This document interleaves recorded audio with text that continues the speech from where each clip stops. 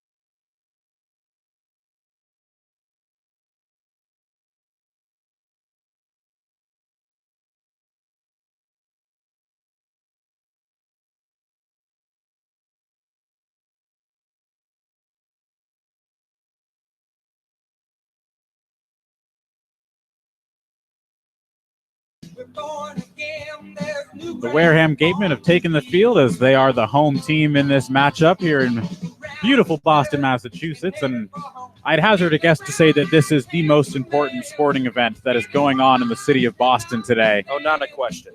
There is not a single thing happening in Boston sports more important than this Cape Cod Baseball League game right now. On the mound for the Gatemen, Connor Larkin out of Penn State. He takes the ball for Jerry Weinstein and company here in game number 3 as he's getting his warm-up pitches. The Gatemen in their white uniforms with the red lettering and the navy blue hats. The Red Sox are in their road reds, beautiful jerseys, white pants with the red trim. And Wyatt Young waits in anticipation as they get ready to get this game going. And here is the lineup following Wyatt Young for the Red Sox. Andrew Eister bats second out of South Carolina. He is in left today. We've seen him in both left and right in this early season. Jack Wold's been a mainstay at first base thus far out of UNLV. Riley Terada, same deal at third base out of Dayton. Austin Wells, we've seen him DHing in left field. Now he's going to be behind the plate. Dalen Nanny out of Western Carolina plays right. Jake Settleston from Harvard is the DH today. Jeff Costello from Northeastern is in center. And Will Pickett from CSU Bakersfield plays shorts and bats ninth. Wyatt Young steps in from the left side and gets ready for the first pitch of the game, and he fists it off of his hands, and that one will roll foul. Or not. Apparently, Quentin Selma fielded that just before it went foul, and that's the first out of the inning. Andrew Eister from South Carolina. And that'll bring up Andrew Eister, who we talked about in the open, had an incredibly hot start to this Cape League season. 5 for 6 thus far. Oh. Correction, foul ball. And I reversed one more time. I was right the first time. Should have trusted my gut. That ball is foul. So the 0-1 to Wyatt Young is fouled straight back, and it's 0-2.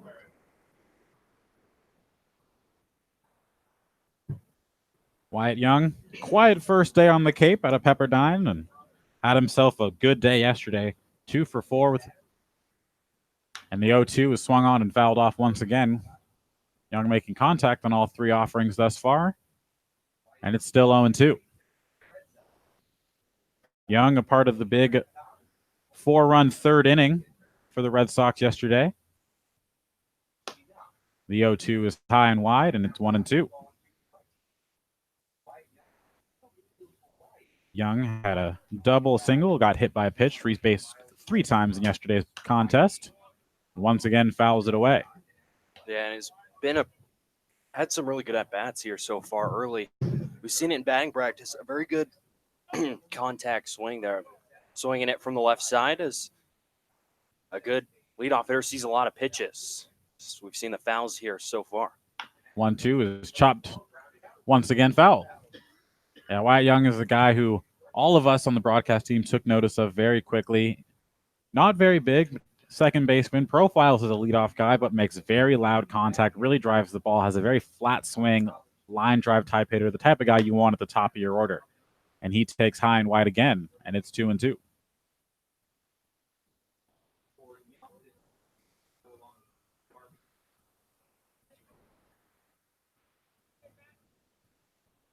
Wyatt Young on a temporary contract here with YD.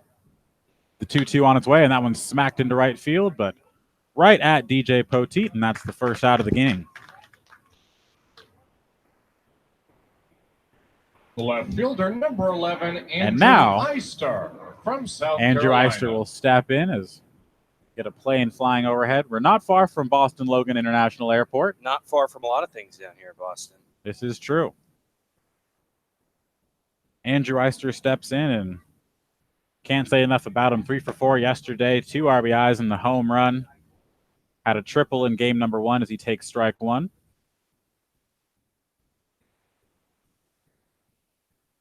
Connor Larkin working quickly on the mound. And the 0-1 is in the dirt.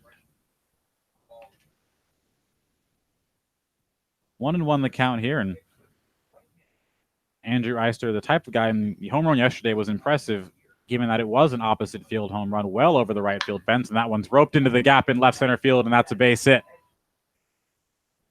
He will round and head for second. The throw is a good one, and head first diving is Eister, and he is in there with a double. So Andrew Eister continues his hot start to the season with another extra base hit.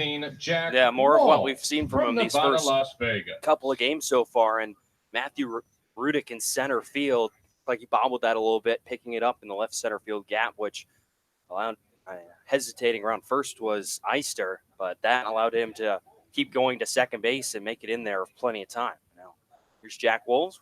No batting gloves today for him with the wood bat. Jack Wold, the UNLV product, takes down and in for ball one. Hit a home run, the first home run of the Cape League season against Katuitt. Eister takes his lead off of second base. And the 1-0 is down and in once again.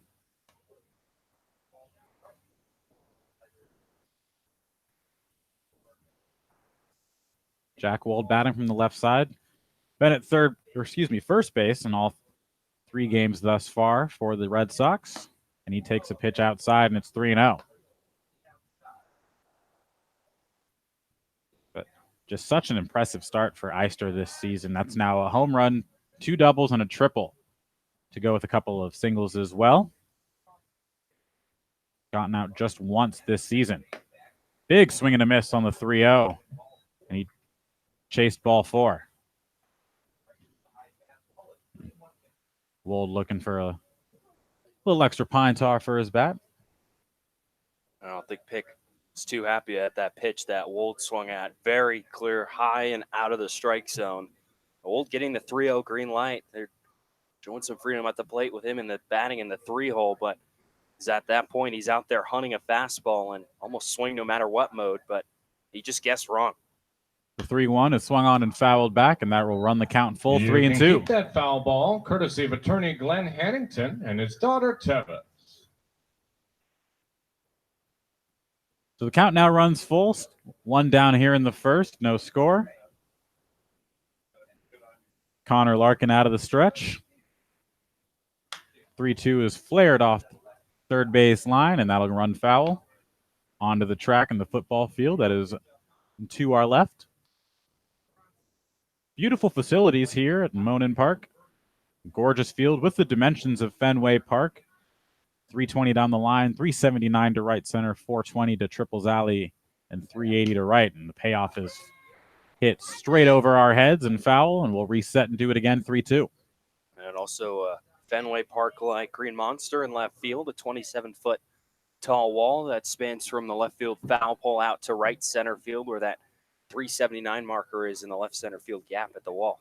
And they even went so far as to put the bullpens in the same spot as they are in Fenway Park. So a nice touch from the Bostonian faithful here.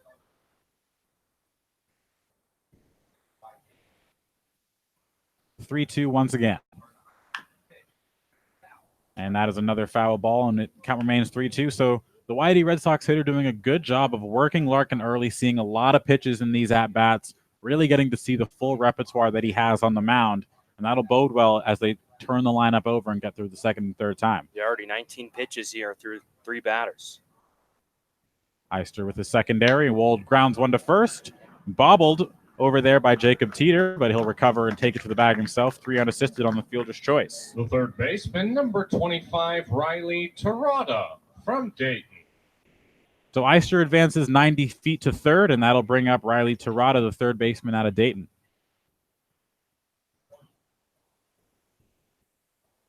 Terada, the Dayton Flyer. Scored a run yesterday, was on base twice, reached on a fielder's choice, and drew a walk. 2 down here in the first, and the first pitch from Larkin is in there for a strike.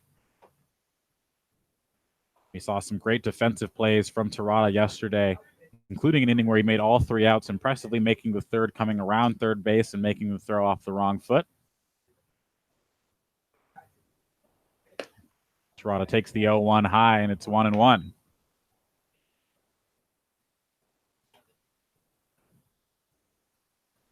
Very athletic frame on Riley Terada.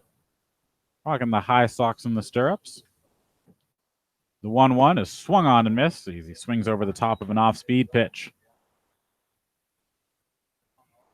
So Connor Larkin looking to work around the double off the bat of Andrew Eister and escape unscathed here in the first. The 1-2 on its way, and it's high. And that'll even the count.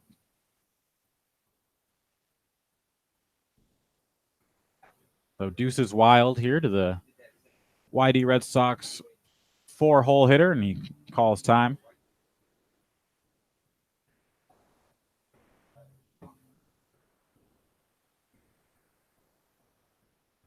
Rod now ready to go. We'll step back in.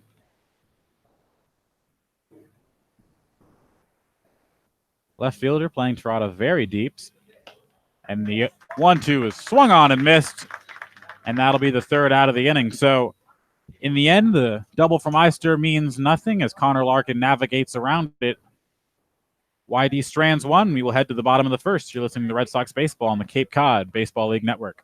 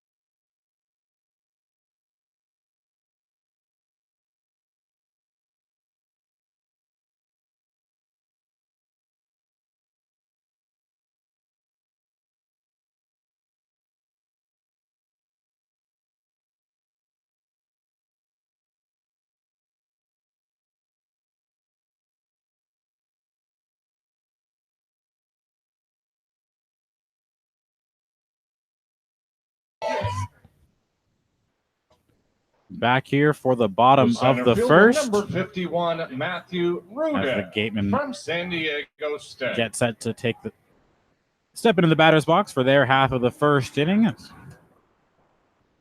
They get set to take on the arm of Carlos Lamelli out of St. Mary's College. Righty sets up in the middle of the rubber, and he gets set to deliver his first pitch to Matthew Rudick, and it's slung in and low for a ball 1-0. Matthew Rudick out of San Diego State will lead things off for the gateman. Followed by him will be Darren Baker. We'll talk about his famous family here in a second as the 1-0 is in there for a called strike 1-1. After Baker, we have Andrew Thomas out of Baylor, Mike Antico from St. John's, Drew Sims from Utah Valley, Jacob Teeter from Florida Southern College, Quentin Selma, Benjamin Sims, and DJ Poteet round out the lineup. The 1-1 paints the outside corner, and it's 1-2. Rudick had a very good year for the Aztecs, hitting .320, had 77 hits, 28 RBIs. The 1-2 is well outside, and that will even the count at 2-2.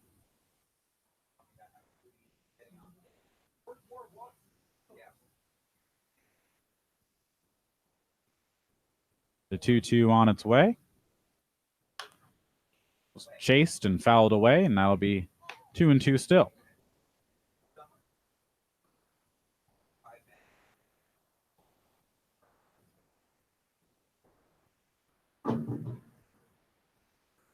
Two once again. And the foul tipped and into the glove of Austin Wells, and that's the first out of the inning. The second baseman, number 11, Darren Baker. And TJ, we were talking about this pregame. We're both familiar with Austin Wells as he plays for the University of Arizona, both of us Arizona State students. We've seen him at DH and we've seen him in left. first time seeing him behind the plate, which is what he's listed as on this roster. So it'll be interesting to see the freshman's skill behind the dish. First pitch to Darren Baker is in there for a called strike. Yeah, and it's always interesting to see how these batteries will work. We have Carlos Lamelli out of Cal Poly on the mound, and then Wells out of Arizona behind the plate. Two different programs. That one's a line driver. That one's down the line and fair to the left field line. Darren Baker quickly around first and into second easily with a stand-up double. And the two-hole hitter for both teams reaching on doubles.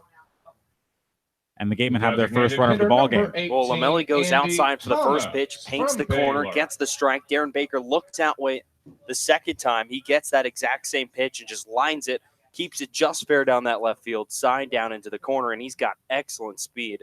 Easily coasts into second for that one-out double, and Wareham, man in scoring position now with just an out in the heart of the order coming up.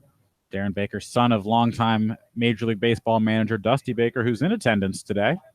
And you mentioned his speed, TJ, 20 for 20 this season on stolen base attempts for UC Berkeley. So certainly a threat to run. First pitch to Andrew Thomas is in there for a called strike. He's DHing today, the Baylor Bear. Certainly have to keep an eye on Baker at second base as he gets his lead. Lamelli with two checks. Will Pickett's holding him on, and the 0-1 is in there for a called strike, 0-2.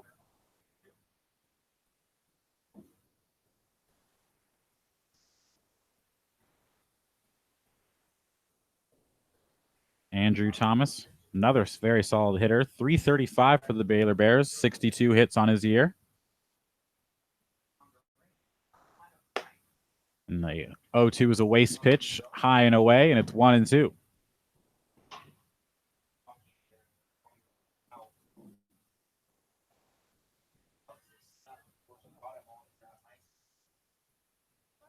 The 1-2.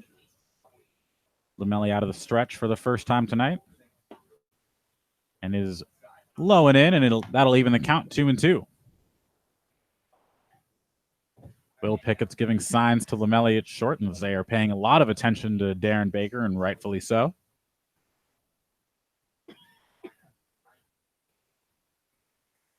And that's half the role of a stolen base threat, is to simply just get in the head of the pitcher and hope that they make a mistake to the guy at the plate. And Darren Baker is doing an excellent job of that as Lamelli spins around with no throw.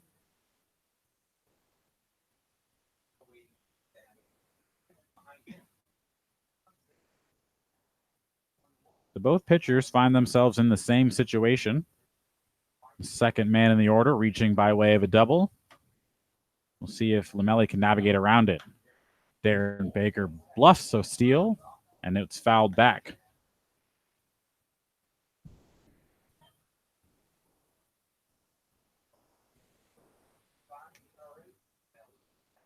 Beautiful night for baseball here in Boston. There's not a lot of clouds in the skies.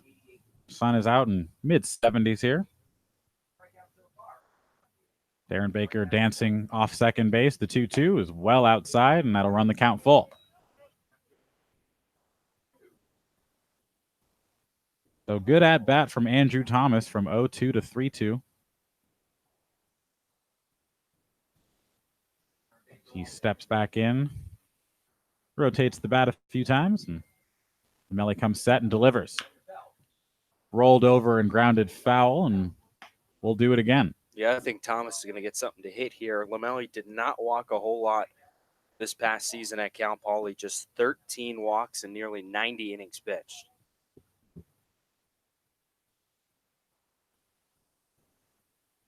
Impressive numbers. We saw impressive control in the regular season from yesterday's starter Ian Seymour as well, with the over 3-to-1 strikeout to walk ratio. And that one's grounded up the middle. Good play from Wyatt Young at second. The throw is in time. Andrew Thomas is retired 4-3. Fielder number 16. That's just Mike a nice play from Wyatt Young. We know he's got some range on defense. He's also got the arm to back it up. So when he's running towards the middle of the infield, having to field that with a backhand and make a throw while his momentum is going the other way, and a strong throw on a line to Jack Wold, and plenty of time to retire Thomas and help Lamelli out.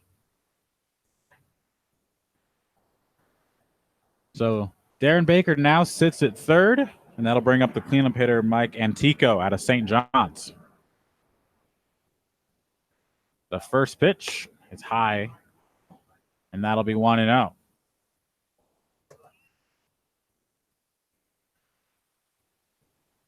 So far, identical innings for Connor Larkin and Carlos Lamelli on the mound. We'll see if Lamelli can get out of it similar to how his counterpart did.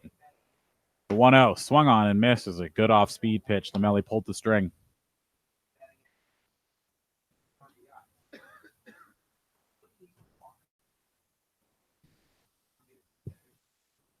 Lamelli working quickly, already set on the mound. Checks third. Darren Baker gets his secondary. The three-quarter release is fouled straight back into the screen, and it's 1-2.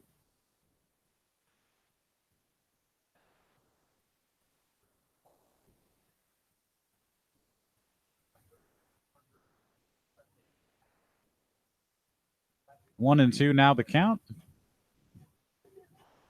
And the delivery. Called strike three on the inner half, and Antico goes down looking. So exactly identical innings, both ending with the strikeout as we have no score through one. You're listening to Red Sox Baseball on the Cape Cod Baseball League Network.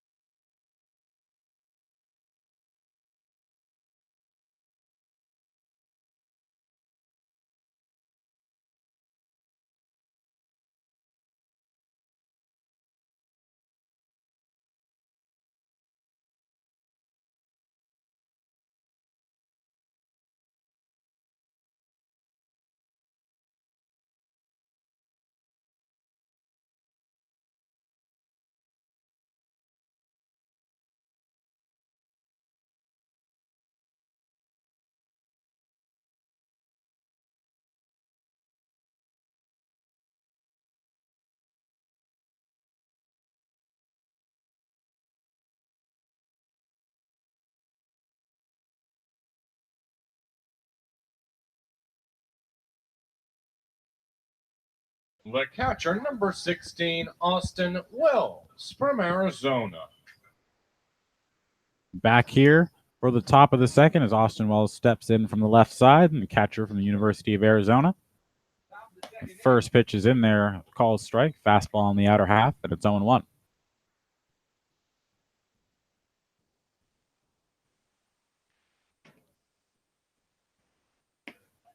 Austin Wells reached twice yesterday as he takes a ball 1-1, reached on an error and then drew a walk, and the walk's already now 3 in this young Cape League season for Austin Wells. It's a very advanced approach at the plate, and he swings and misses for 1-2. And for a freshman to have the plate discipline that he has is very impressive and certainly bodes well for both his performance on the Cape and down in Tucson going forward. And that one is ripped the opposite way into the gap. And that'll get over the head of Mike Antico, and that'll be extra bases for Wells. He will pull up comfortably at second base with a double, and the Red Sox have the leadoff man on here in the second. And there's that approach you're talking about, getting a fastball on the outside edge and then just going with the pitch, going out towards left center field. And he hit that one hard, one hops the wall, and with pretty good speed, makes it easily into second base. His first base into the Cape League season. So we start to see the Gateman offense turning it up here in the second inning as they got the leadoff man on, something they did very well against Orleans yesterday. And Dalen Nanny now steps in.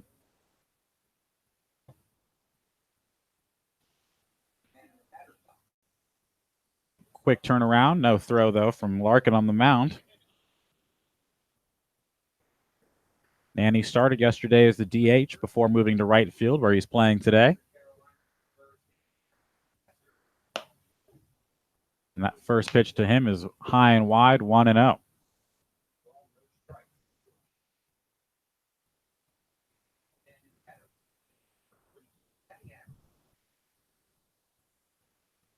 The 1-0 on its way as Wells gets his secondary, and that one is swung on and missed. Big cut from Nanny, but he's unsuccessful, and it's 1-1.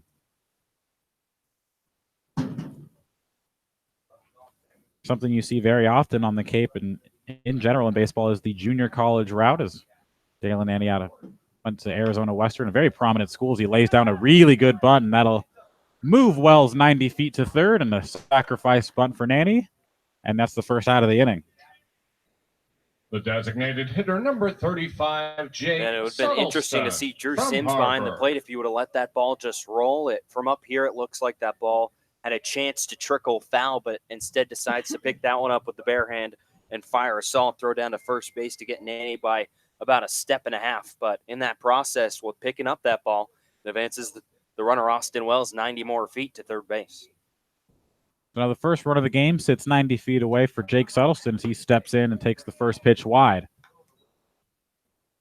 Suttleton, the Harvard product, Ivy League Player of the Year.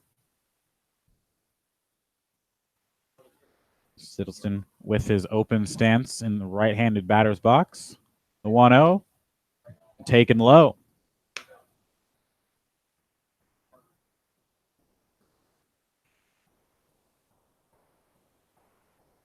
Suttleton's father has been in attendance in these first few games. You always love to see parents coming onto the Cape to check out their kids.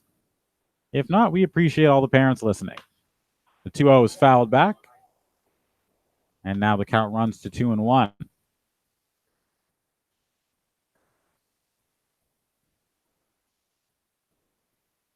Jake Suttleton, the native of Pacific Palisades, California. So made the long journey cross country. And the 2-1 is taken low, and it's 3-1. So a hitter's count here for Suttleton with the runner 90 feet away. He'll be looking to drive him in. First and third playing even with the bag right now, trying to cut off that run. Middle infield, more normal depth. Is the 3-1 on its way, and that one's taken inside, and Red Sox have runners at the corners. The center fielder, number 30, Jeff Costello from Northeastern. So Jeff Costello will now step into the box.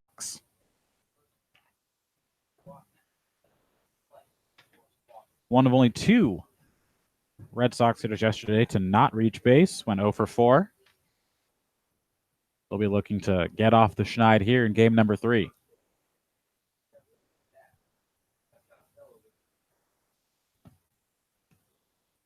Big lead for Suttleton as Costello first pitch swinging, flares one down the line, potentially playable, and it'll just sneak over the fence.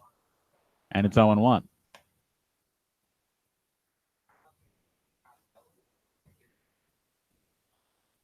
Red Sox, 8-hole hitter Costello goes to school just down the road, literally, at Northeastern University, only a few miles from where we are right now.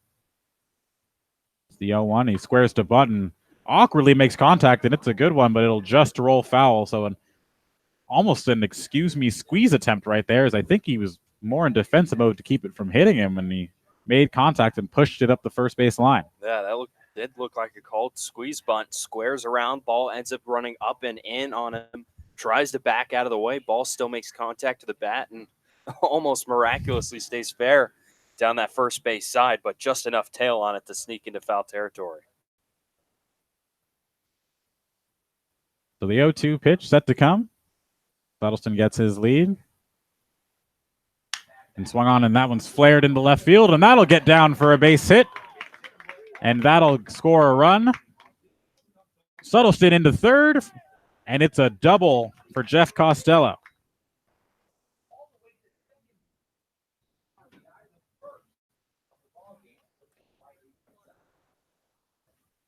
Just a nice piece of hitting right there from shortstop, Costello. number The ball's 8, in Will on his hands. Pickett Doesn't get a from whole lot of Cal State contact of it, but is Bakersfield. able to put it in just that right spot down the left field line. No one there to cover it. as it just bounces about 15 feet or so past the infield turf and scoots down into the corner. And plenty of time for it was Suttleton to get all the way around to third, and Wells easily trot home the 90 feet from third base. So Will Pickett's the 9-hole hitter, steps in and takes the first pitch down low for a ball 1-0. And TJ, we saw that yesterday. Those seeing eye hits really playing a huge role in Whitey's offense. Just balls finding some empty space in those sort of Bermuda Triangle areas just in between the infield and the outfield. And that one skied high up into the air in shallow center field. Sems calls everybody off and makes the play.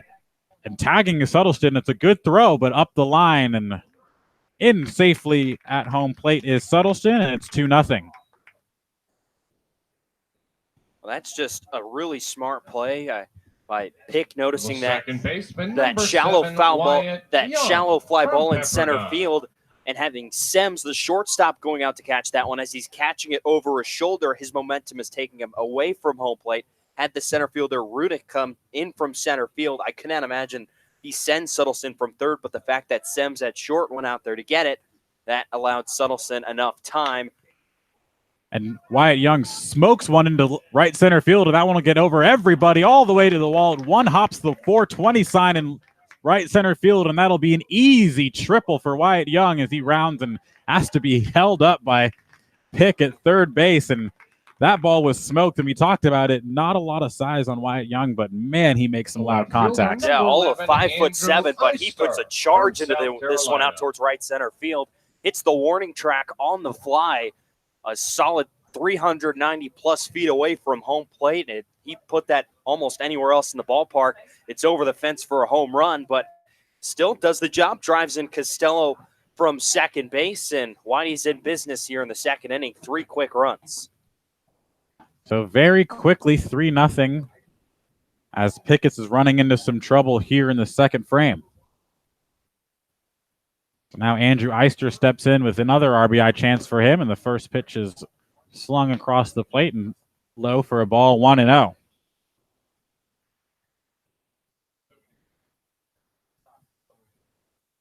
So Wyatt Young continues his hot start to the season, carrying the momentum from yesterday's contest.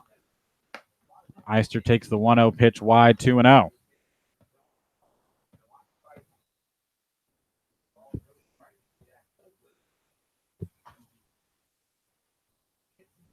So 3-0 on 3 separate extra base hits from there. Again, the bottom half of the order continuing to make an impact as Eister rolls over and grounds one to short. One hop and dug out well by Jacob Teeter at first, and that'll end the inning, but not before the Red Sox offense comes to life. The bottom half of the order continues to perform well for Scott Pickler. We head to the bottom of the second. You're listening to Red Sox Baseball on the Cape Cod Baseball League Network.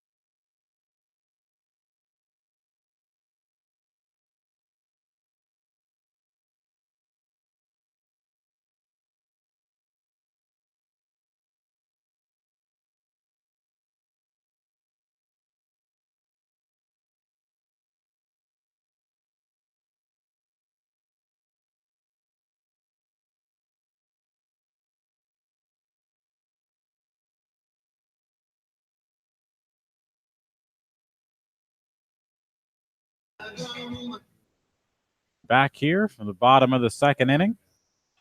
The Red Sox hanging a 3 spot in their half of the second inning to take the 3-0 lead. Andre Sims, TJ Mathewson with you. Drew Sims from Utah Valley. 5, 6, and 7 due up for the Gateman. Drew Sims will lead it off from Utah Valley. First pitch is down and away for a ball, 1-0. So now Lamelli can sit back and attack these hitters, working with a 3-0 lead. And as the offense continues to come through, and as a pitcher, that's got to feel good for your offense to pick you up early.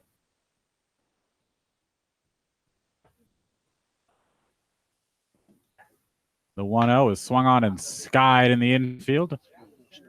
Shallow center calling off Pickett's. Andrew Eister comes in to make the play. The first base, and that'll be the first out of the inning. Jacob Teeter from Florida Southern. Jacob Teeter now will step in.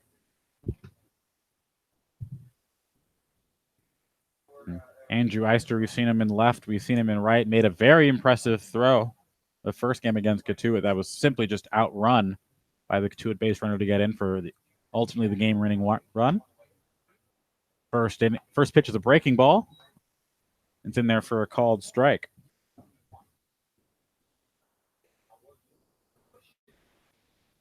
O'Malley with his pause in his windup as the 0-1 is once again across at the knees, and it's 0-2.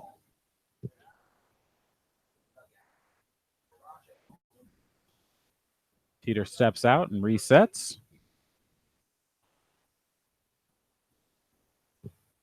The 0-2 swung on and grounded to third. Terada will field it cleanly over to Wold, and that's the second out of the inning.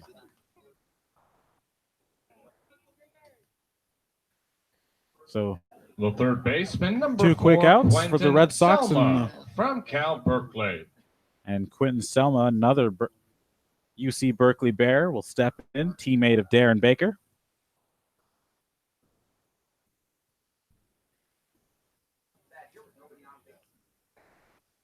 Lamelli quickly set.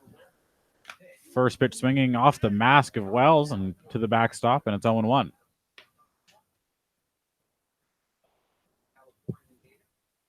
We saw the danger of foul tips yesterday as the home plate umpire, Tim Carey, took one off the hand and was in very obvious pain before leaving to go to urgent care. Was down for about 15 minutes, getting checked out by the Red Sox training staff. The 0-1 is flared into left field. Eister crashing, but is unable to get it. Fields it on a hop, and that'll be a single.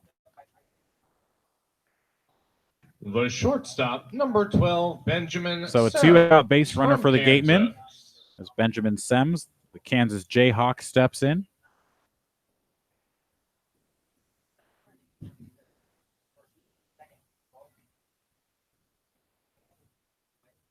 Benjamin Semmes, one of the rare seniors on Cape Cod.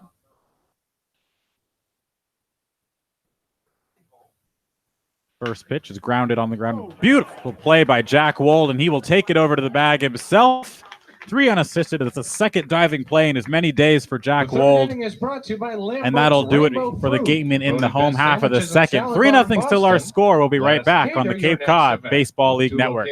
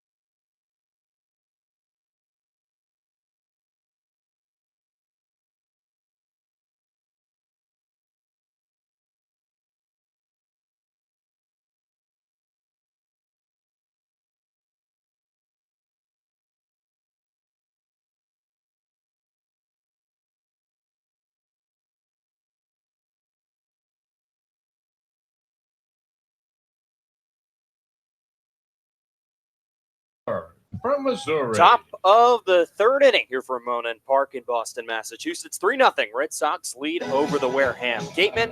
It'll be the 3, 4, and 5 set to come to the plate for the Red Sox, and they'll face a new pitcher. The starter for Wareham, Connor Larkin, only lasts 2 innings here tonight. 2 innings, 4 hits, 3 runs. They were all earned, a walk and a strikeout. He'll give way to Trey Dillard, a native of Phoenix, Arizona.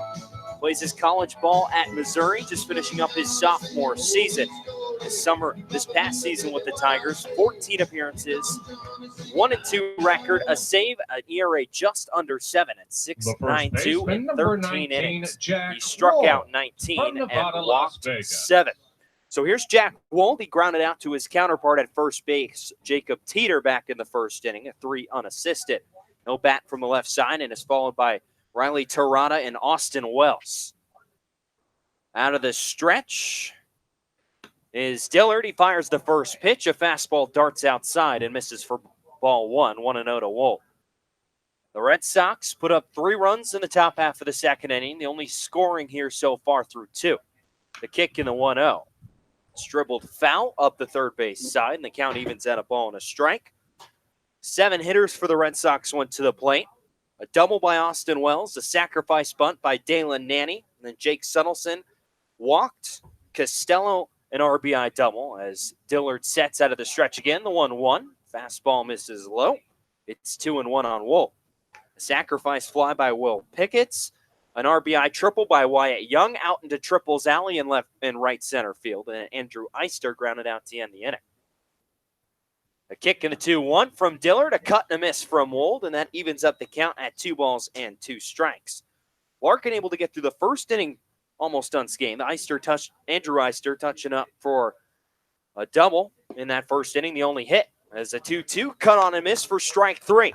So Wold is set down on strikes, 1 batter and 1 strikeout for Trey Dillard here in the third inning. And that will bring up Riley Terada, the third baseman. He struck out swinging back in the first inning. Out of the University of Dayton, he'll bat from the right side. A righty-righty matchup with the righty Dillard on the bump.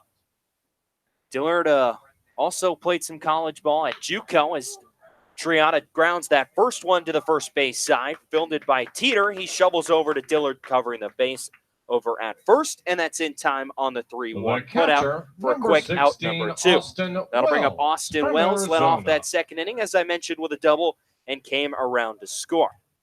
So at Jacinto Community College, 18 appearances, 7 saves, a 1.71 ERA back in 2018, a spring ago. His first pitch to Austin Wells is swung on and missed for strike 1. Now Dillard, a guy could have gone pro. Drafted it in the 16th round by the Dodgers. Opted to go to Mizzou. Also chose Mizzou over storied Oregon State. 0-1. Swing and a miss from Wells, and the count's quickly 0-2. 16th round, that's probably where the area where the college players have their most controversy, whether or not they can go to school and give themselves a chance to up their stock. 0-2, cut and a miss for strike 3. 3 pitches, 3 strikes, and strikeout number 2 for Trey Dillard here in the third inning as he fans Austin Wells. We'll send this game to the bottom of the third inning here from Boston. 3-0 Red Sox over the Gatemen on the Cape Cod Baseball League Network. Our website at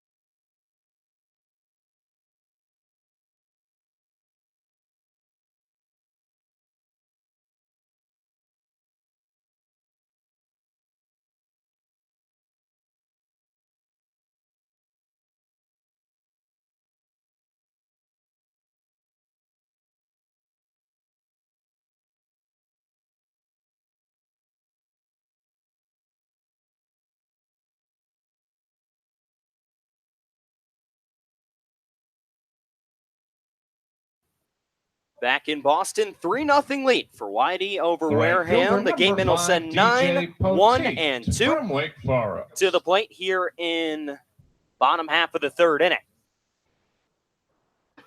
Some defensive changes. Brendan Huth now out in center field for the Red Sox as DJ Poteet watches ball 1 miss outside from Carlos Lamelli for ball 1.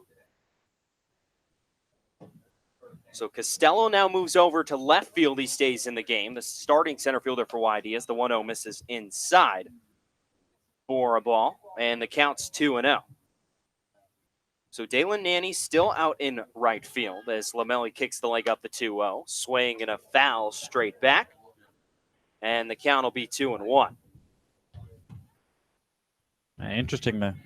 The odd man out then is Andrew Eister, so I wonder why his day is done early. He's now hanging out in the YD dugout. The 2-1, swing and a miss from Poteet, and the count evens up at 2 balls and 2 strikes.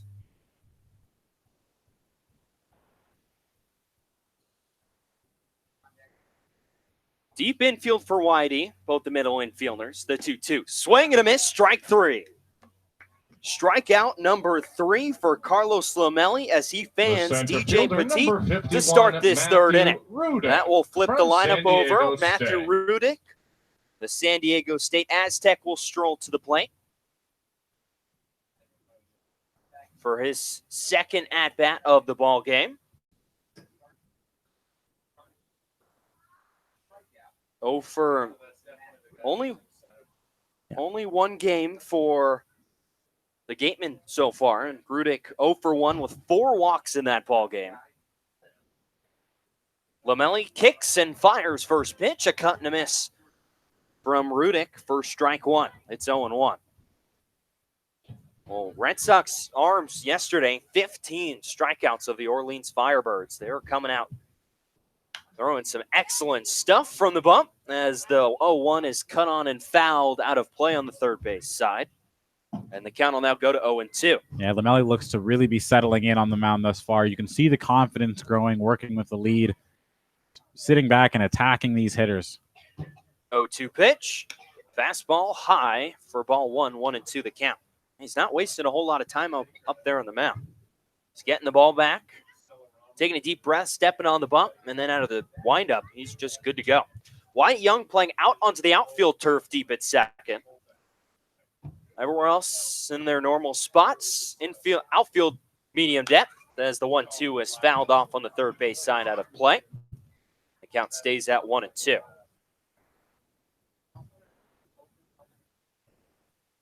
Monin Park, the spot for tonight's game between YD and Wareham. The only 2 teams playing off Cape League games, off-site Cape League games this summer. 1-2 pitch, swing, and a pop-up. Foul territory behind home plate. Wells will give it a look. He recovers right in front of the YD dugout. He's there to make the catch for out number 2. Wells at first didn't see the ball from behind home plate. He found it, realized he had room to make the catch. He sprinted over to the on-deck circle on the third base side and got there in plenty of time to make the catch for out number 2. That's an impressive play from Wells behind the dish. It's a very bright sky, kind of hard to see the ball, especially when it's hit straight up. So here's Darren Baker, fouls the first pitch back from Lamelli, and the count's 0-1. Baker out of Cal, doubled back in the first inning, 1 of 2 hits for Wareham so far. That one down the left field line, the son of longtime MLB manager Dusty Baker. 0-1, cut on and fouled straight back, and it's quickly 0-2 on Baker. Dusty in attendance too.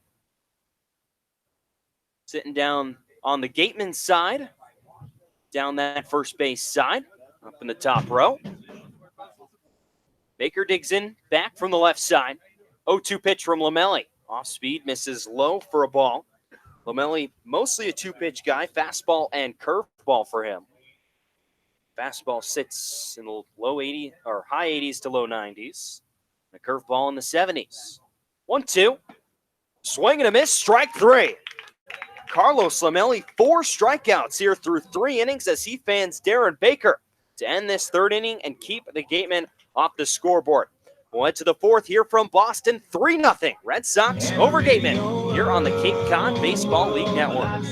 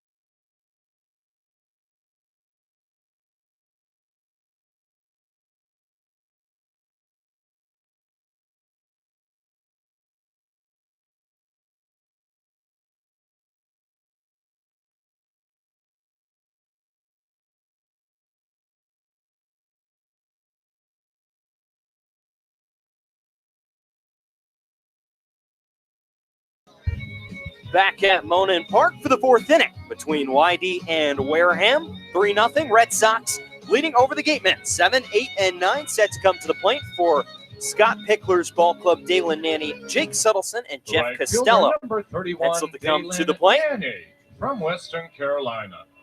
here in this top half of the fourth inning. Still on the mound for the Gatemen is Trey Dillard out of Mizzou. Fires home a first pitch.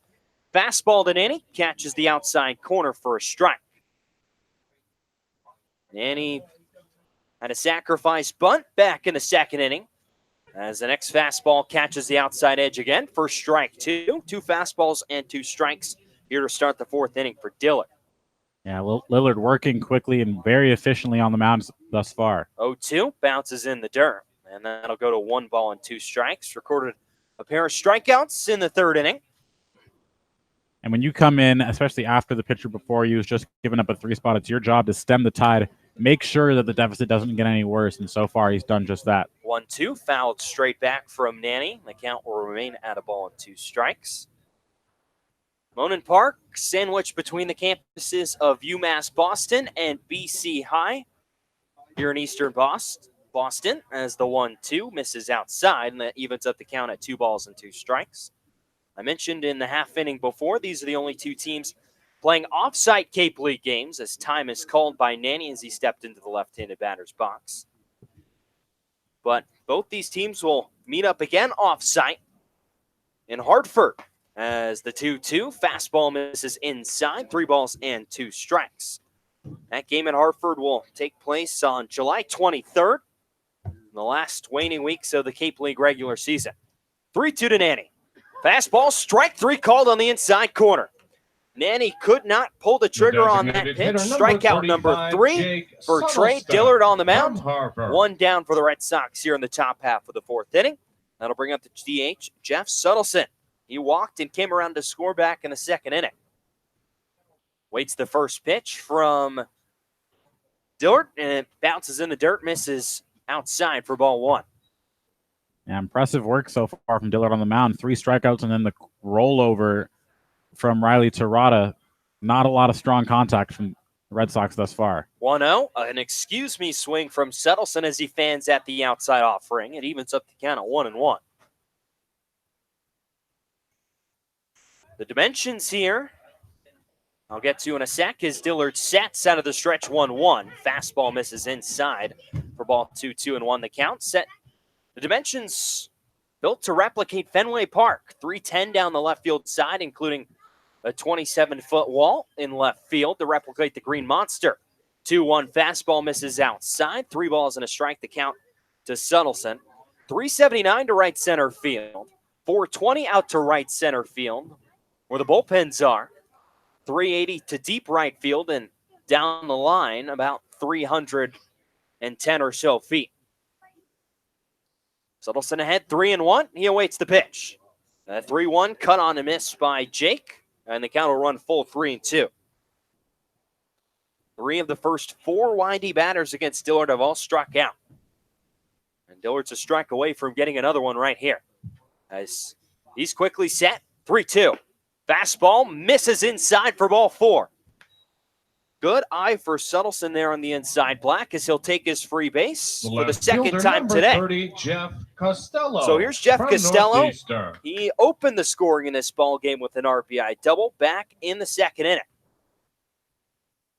Entered the game 1 for 4, had a game-tying RBI triple back in the first game against Katuitt. His only hit, or one of 2 hits on the season so far, as Dillard checked over at Suttleson at first base. Not a too big of a lead for Janko over there, as Costello digs in from the left side, or right side, pardon. He awaits, swing, and a liner up the middle, drops into center field for a base hit.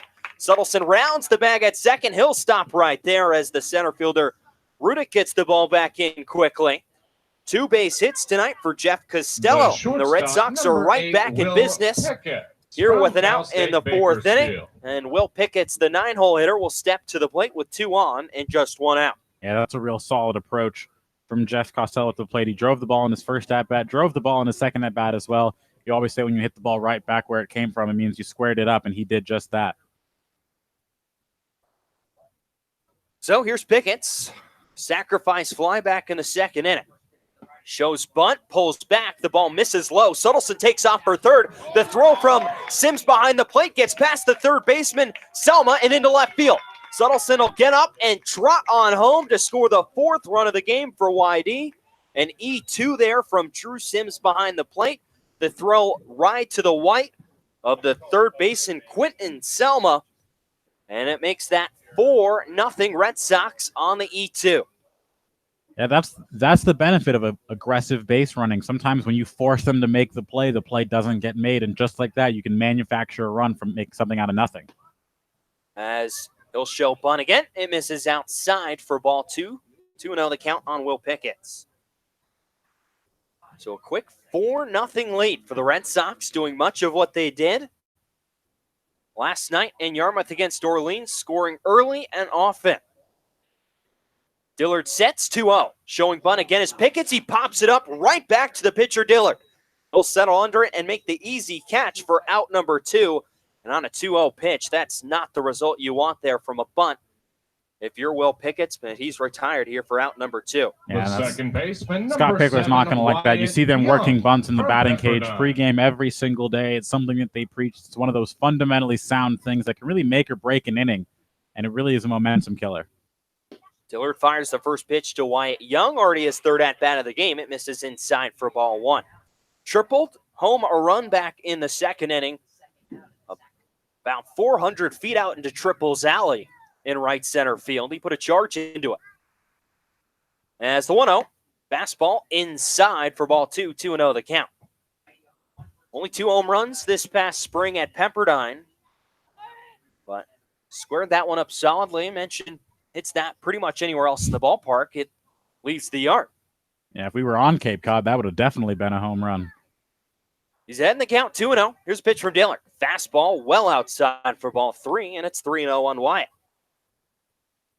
Entering today, 2 for 8, a double and an RBI. And it adds to that here with the RBI triple. Early here, just game number 3 for YD, game number 2 for Wareham in the first week of the Cape League season. 3-0, fastball inside for ball 4. So a 4-pitch walk for Wyatt Young as he reaches base for the second time today. That will bring up Brendan Huth, who came in as a defensive replacement back in the bottom half of the 3rd inning as he'll hit for Andrew Eister. The center fielder, number 17, Brendan Huth from St. Joe's. So Huth will step in from the left side. A lefty advantage as he'll bat from the left side, facing the righty Dillard on the bump. We're not sure why Eister was removed. Maybe just a more favorable matchup. Lefty-righty here at the plate. Of course, this is a time of the season where Scott Pickler's trying to see as many guys as he can so he can evaluate which temps that he wants to fill out the holes on his roster with once more the full-time guys come. But Huth will step to the plate from the left side. So far on the season, just 0 for 3. 1 at-bat in the 2 at-bats, first game of the season against Kituitt, and 1 at-bat yesterday against Orleans. Runner takes the lead off of second is Costello. Young at first. First pitch from Dillard. In there on the outside corner for strike one. And Pickler already active with making transactions as Noah Myers, after a brief cameo in yesterday's game, was sent home as a couple of the Arizona State crew has arrived. Youth dribbles this one up the middle. Sems the shortstop. Picks it up, steps on the second base bag to retire Wyatt Young, and that will retire the side here in the third inning. Red Sox able to scratch across the run. Jeff Costello scoring on an E2, a wild throw from Drew Sims behind the plate. Plates the fourth run for YD. So it's the bottom of the fourth inning here from Boston. 4-0 Red Sox over Gateman here on the Cape Cod Baseball League Network.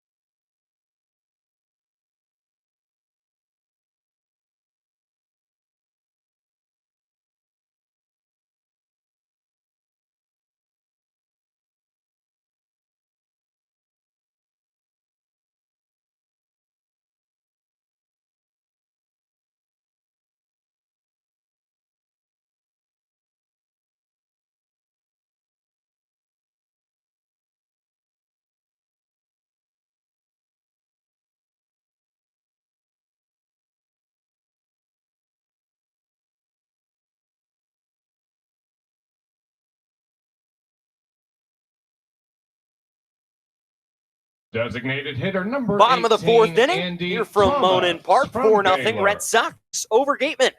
It'll be 3, 4, and 5 set to come to the plate for Wareham, starting with the DH, Andrew Thomas. He grounded out to Wyatt Young in a nice play back in the first inning. Young ranged to his right, made a nice long throw to first base. Carlos Lamelli out for his fourth inning of work, fires a first pitch ball that misses outside. It's 1-0. The lefty Thomas digs in from that lefty box. The 1-0. Fastball right down Main Street for strike one. And evens up the count of the ball and a strike.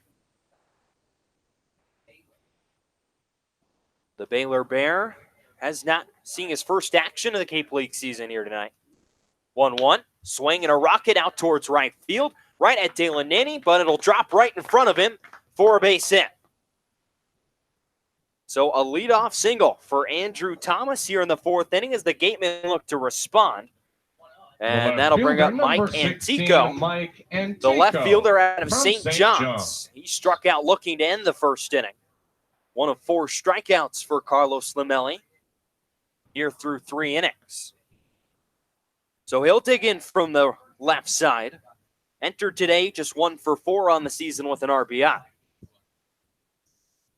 Antico, bat resting on his shoulder, also not wearing any batting gloves tonight. Swings at the first pitch, pops it into left field. Jeff Costello moves a few feet to his right, settles under it, and he'll make the catch for out number 1. Taking a few steps off the bag was Andrew Thomas, leading off of first, but he'll scoot back to that first base bat. We now fly out to left field. 19, Of course, the first out. Sims Now Drew Sims out of Utah Valley will step to the plate.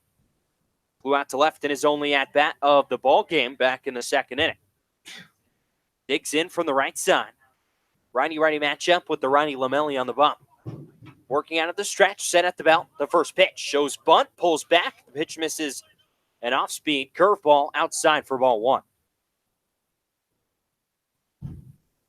Sims at Utah Valley this past year. Started all 50 games that he played in, a .246 average. 26 RBIs, a pair of long balls. Lamelli nods his head yes, fires home the 1-0. Curveball again misses outside, and it's 2-0.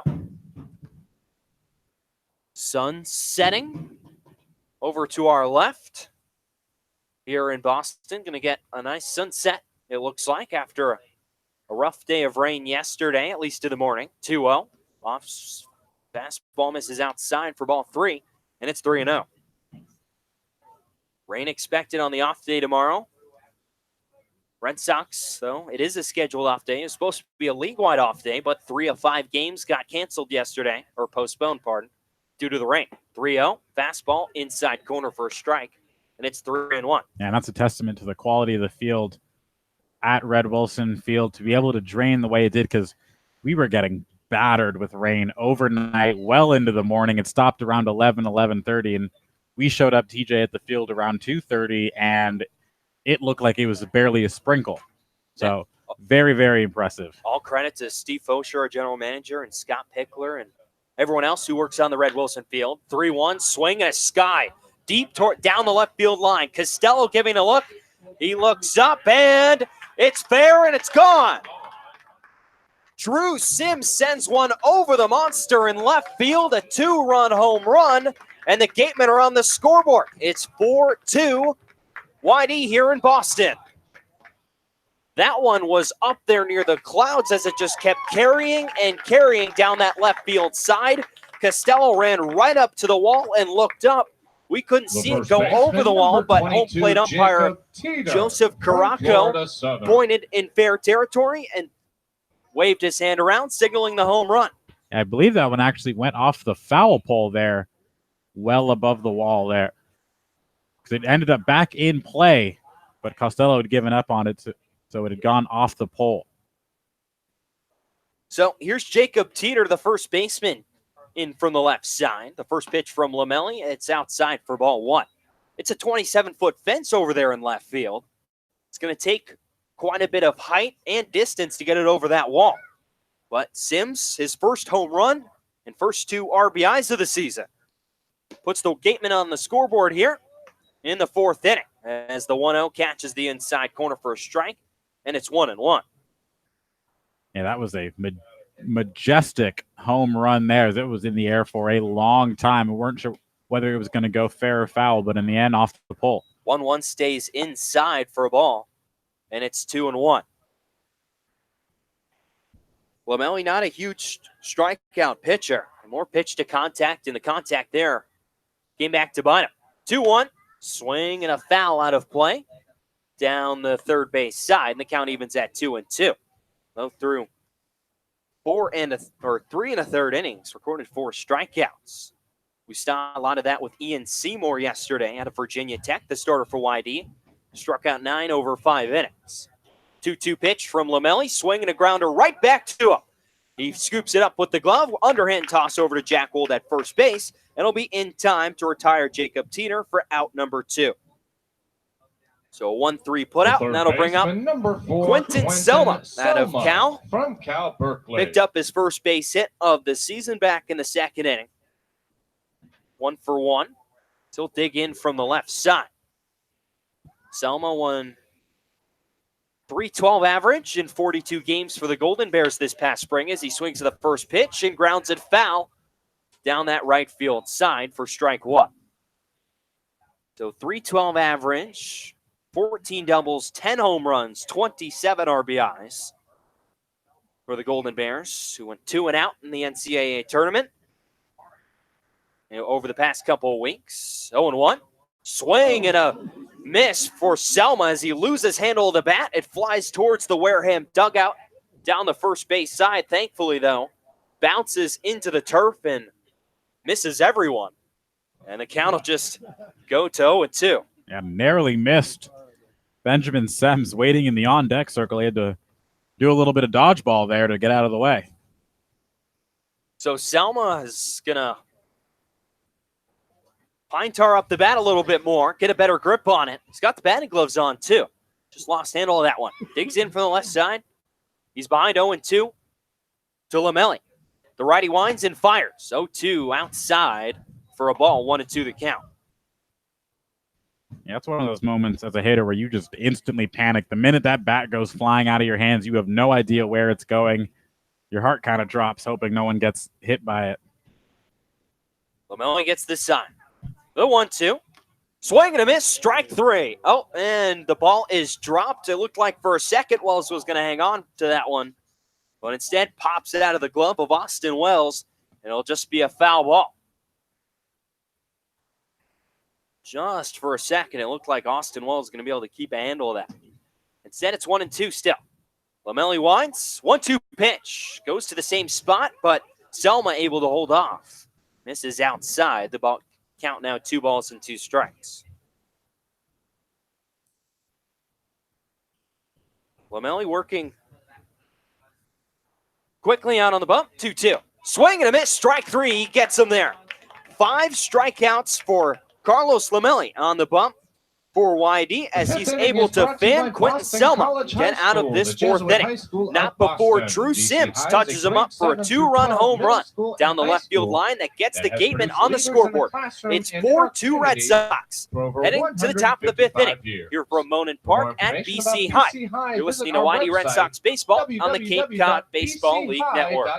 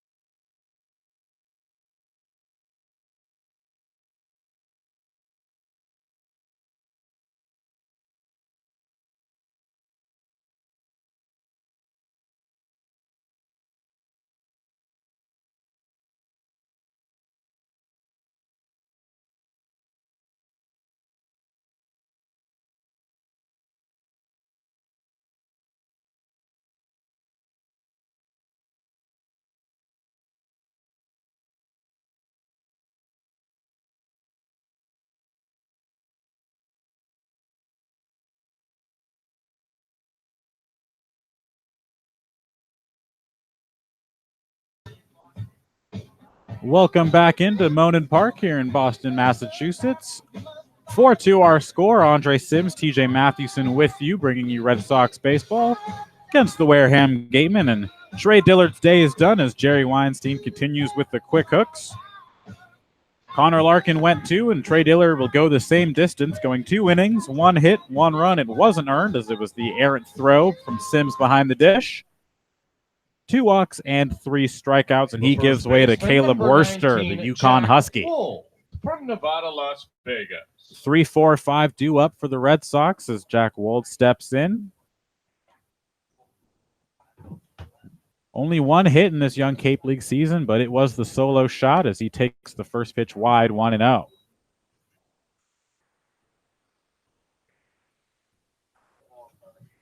Wold reached on a fielder's choice in the first and then struck out in the third as he fouls the 1-0 pitch back, and that'll even the count 1-1.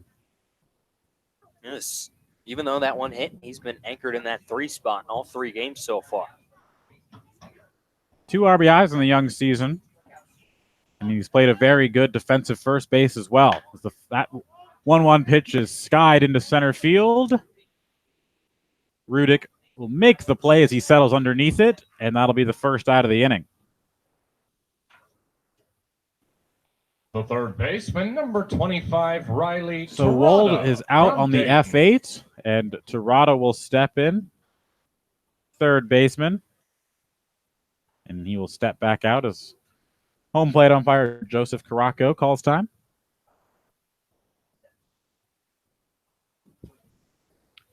So Tirada now into the box, and the first pitch is swung on and grounded into the 5-hole, fielded excellently by Selma. Throw across the diamond, gets him by half a step, and that's a great play as he loses a shoe on the throw.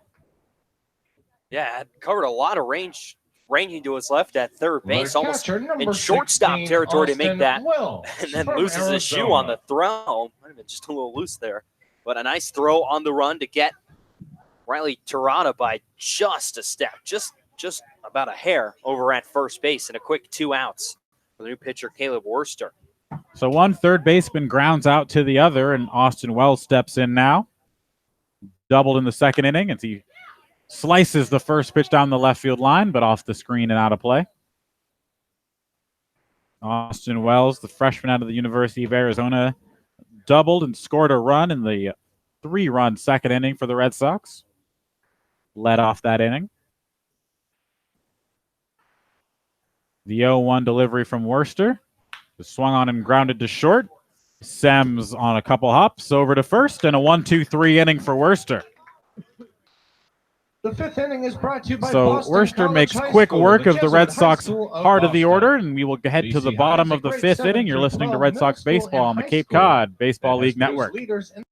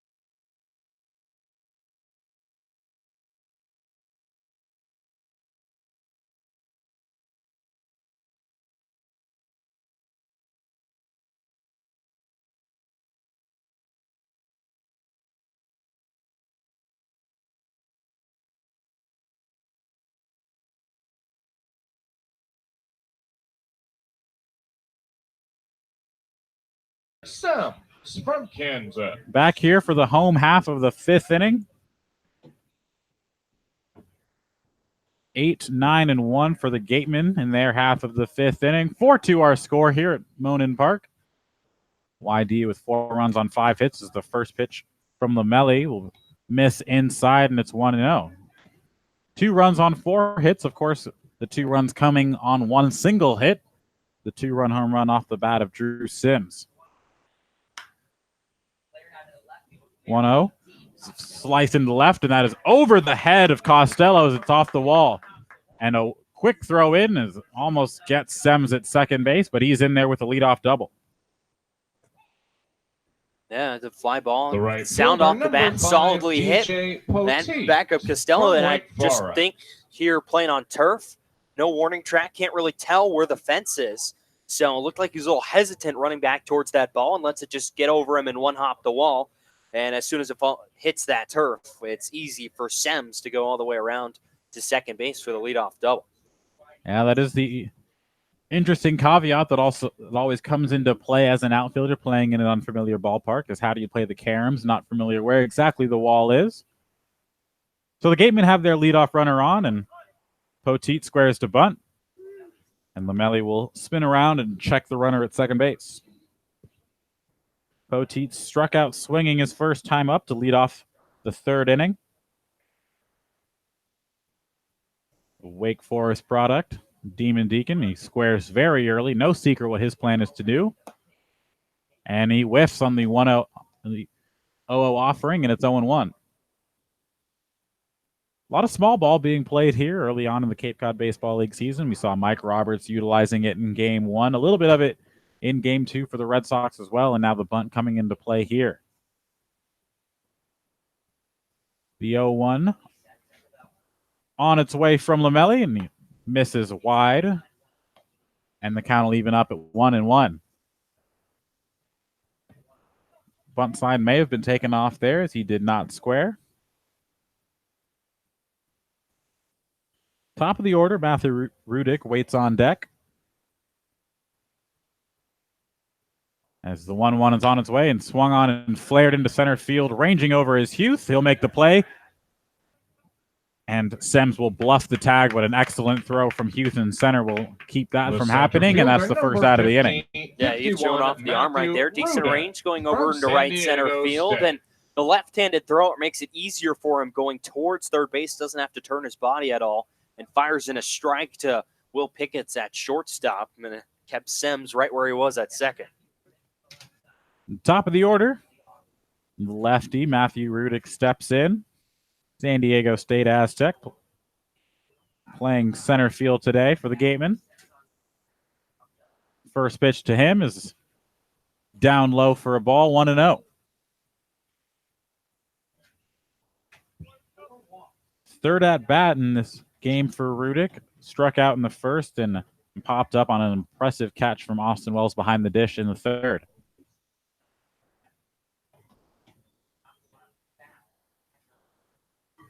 Runner on second here for the Gatemen. They find themselves down 4-2 here in the bottom of the fifth. And that one is skied deep into right field, and Nanny on his way back, and that one is over his head, and that'll one-hop the wall, and that'll score a run. Rudick all the way to third, and the throw comes in not in time, and an RBI triple for the leadoff hitter, Matthew Rudick, and the Gatemen are within a run.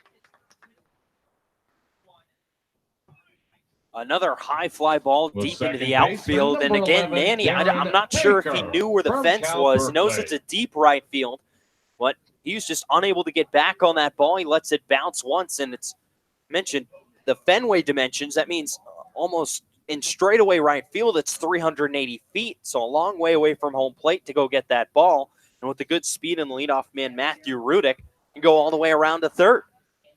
Yeah, Rudick was almost at third before Sems had even crossed the plate. So an excellent speed from the leadoff hitter. And Baker grounds it in. The Wyatt Young's coming home, and it's a good throw, and they got Rudick by a couple steps.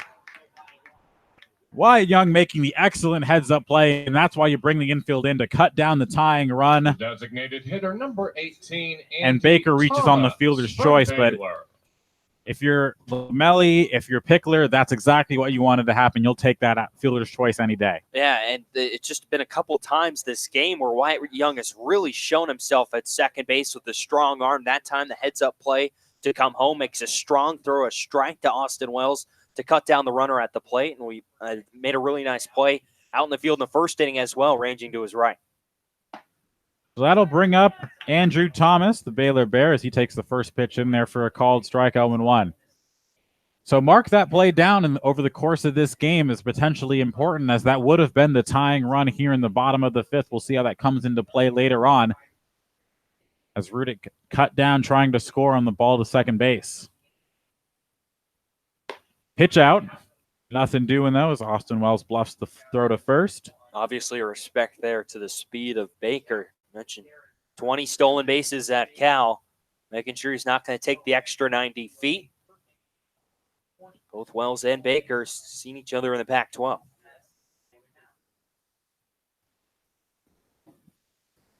Good chunk of Pac-12 talent on these teams. Not all in the game today, but you're talking U of A, UC Berkeley, Arizona State as well. Pac-12 well represented on Cape Cod this summer. Another pickoff attempt. Wells just lost the throw into first, though. Nothing doing as Baker back with the head first slide. Well, interesting. 2 straight pickouts now. Makes it a very favorable count for Andrew Thomas, who smacked the base hit his last time up. 3-hole hitter for Wareham. We'll see how they deal with him now. Baker once again getting his lead, and this time he's running. The throw from Wells is high and into center field, and that'll be an easy stolen base for Darren Baker, as even with a good throw, I don't think Wells would have gotten him there, and he's into second base. Yeah, he just kept inching off that first base bag, took off first move from Lamelli. It's not the quickest to home plate, and Austin Wells had to make a quick throw, a quick jump out of the squat, and a quick throw down to second base. It just sails on him into center field. But no extra advancement there from Baker as he now leads off second. Yeah, Darren Baker had him timed up very well on that one. He's now in second. The 3-1 on its way, and roped foul down the first base line, and the count runs full. And we'll see if Baker tries to do it again, take third base, although it would make it a really easy throw for Austin Wells with the left-handed hitter Thomas at the plate. He's got a clear line of sight to third. He can just catch, and not even have to turn his body, go right to third base. Full count here. Baker doesn't start and rolls over to second base. Young over to first, and that'll end the inning. So in the end, only one run is in, is an important throw by Wyatt Young, cutting down Rudick at home plate. Gateman only get one in the inning. The score now 4-3. We'll be right back with the top of the sixth on the Cape Cod Baseball League Network.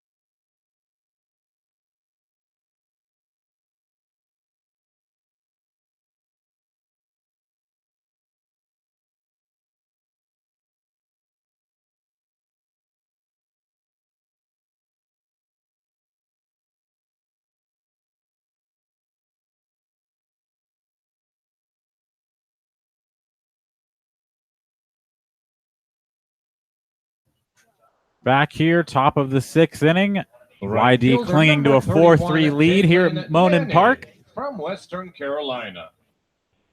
6, 7, and 8. Dalen Nanny to lead things off. Started the night in right field. He steps in on the left side. And speaking of right field, a new right fielder for the Wareham Gatemen as Tora Otsuka takes over. First pitch from Worcester is chopped high to shortstop. It's going to be a tough play for Sems, and he airmails the throw, and that'll be a base hit.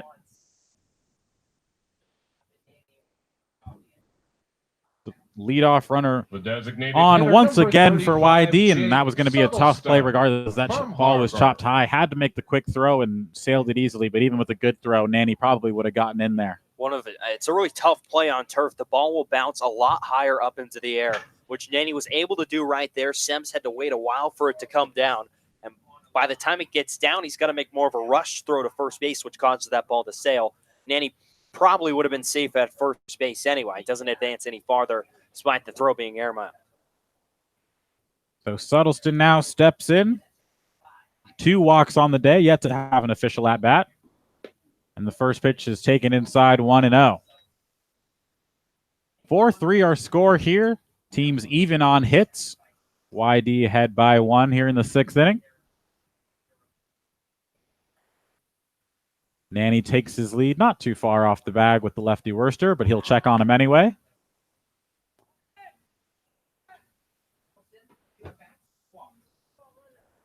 Suttleton, the Ivy League product. He's walked twice, scored twice. Came in on the errant throw, as that one is well outside, 2-0. Wind beginning to blow a little bit harder now as the sun begins to set, starting to get a little chilly here at Monin Park. And we'll have a quick conference on the mound. Andre Sims, TJ Mathewson here with you, bringing you YD Red Sox baseball. It's the Stanley Cup Finals, Game 7, set to start here in just a little bit. The Boston Bruins get set to take on the St. Louis Blues in the decisive Game 7. Makes getting around Boston here a little bit more tricky. Certainly a lot of traffic, a lot of people entering the city. But there is nothing like a Game 7 in any sport. Absolutely. And, this town of Boston has been absolutely spoiled with championships. Already 2 this year, Patriots and Red Sox each both taking one, each in their respective leagues. And they certainly do know how to win in this city. 2-0 our count here after the quick visit on the mound. And the delivery is over the outer half, and that'll be a called strike 2-1. Suttleton continuing to show the patience at the plate that allowed him to draw the 2 walks in this one as he seen 3 pitches and taken all of them. Quicker throw over to first. Nanny back without a dive.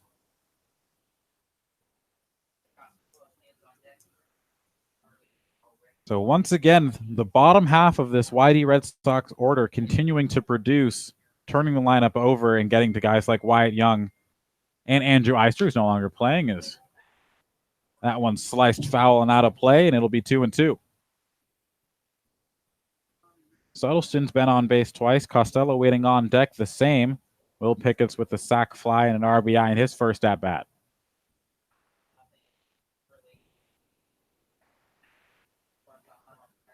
Two balls, 2 strikes as Worcester set to deliver.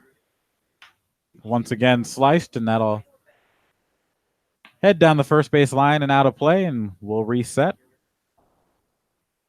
Crucial inning here for both the Red Sox and the Gatemen, as this game is sort of hanging in the balance right now. But the Gatemen, they've been steadily climbing back into this one. You want to be able to have a shutdown inning. Suttleton grounds one down the left side this time, and that 2 will be a foul ball, and he continues to battle, and the count holds at 2-2. These middle innings are where the balance of power can shift so often in these Cape League games. We saw it in the first game against Katuitt with YD scoring 2 in the 7th inning before Katuitt came back and scored 2 of their own to take the lead and ultimately win the game. And we also saw it in yesterday's game with YD blowing the game open with the 4 spot. 2-2 on its way. That one's high and wide for ball 3. We've seen a really good eye from Suttleton today. This is a guy who walked 7 total times over this past spring at Harvard. He won Ivy League Player of the Year. Hit .382, but just a .431 on-base percentage to go along with that with just the 7 walks.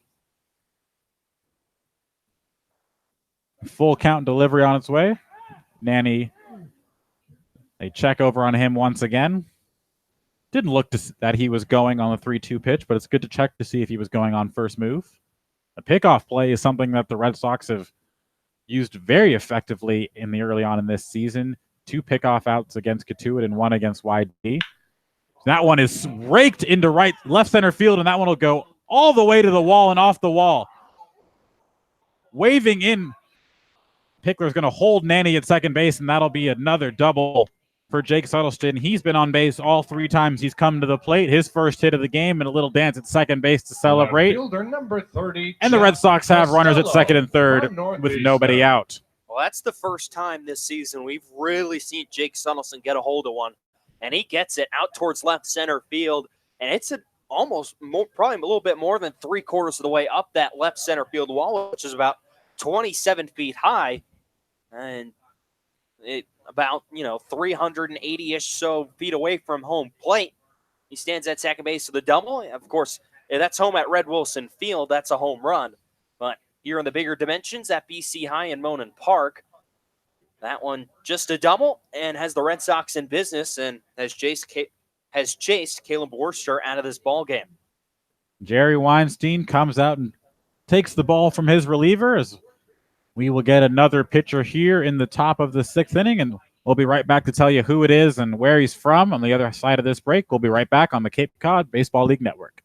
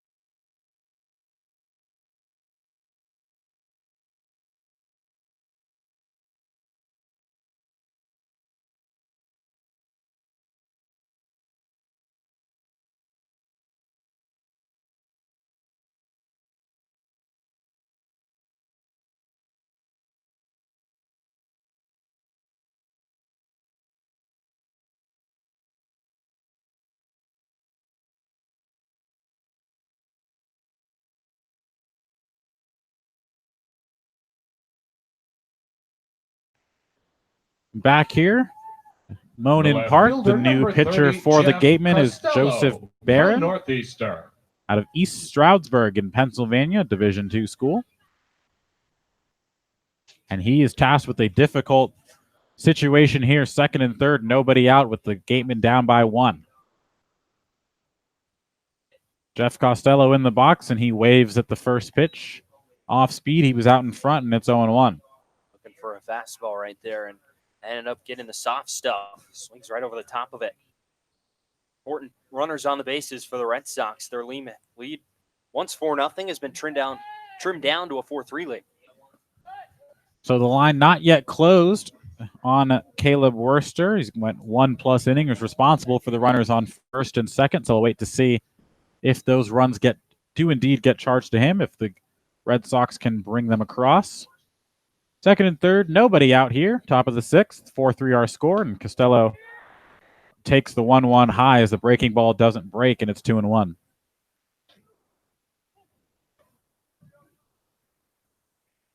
That is something you see very often early on in the Cape League season. Guys from smaller schools, JUCO products, Division II, Division III, and it's a chance for them to get their name on a more national scale. The 2-1 on its way, and it swung on and missed. As Costello swings over the top of another breaking ball, and it's 2-2.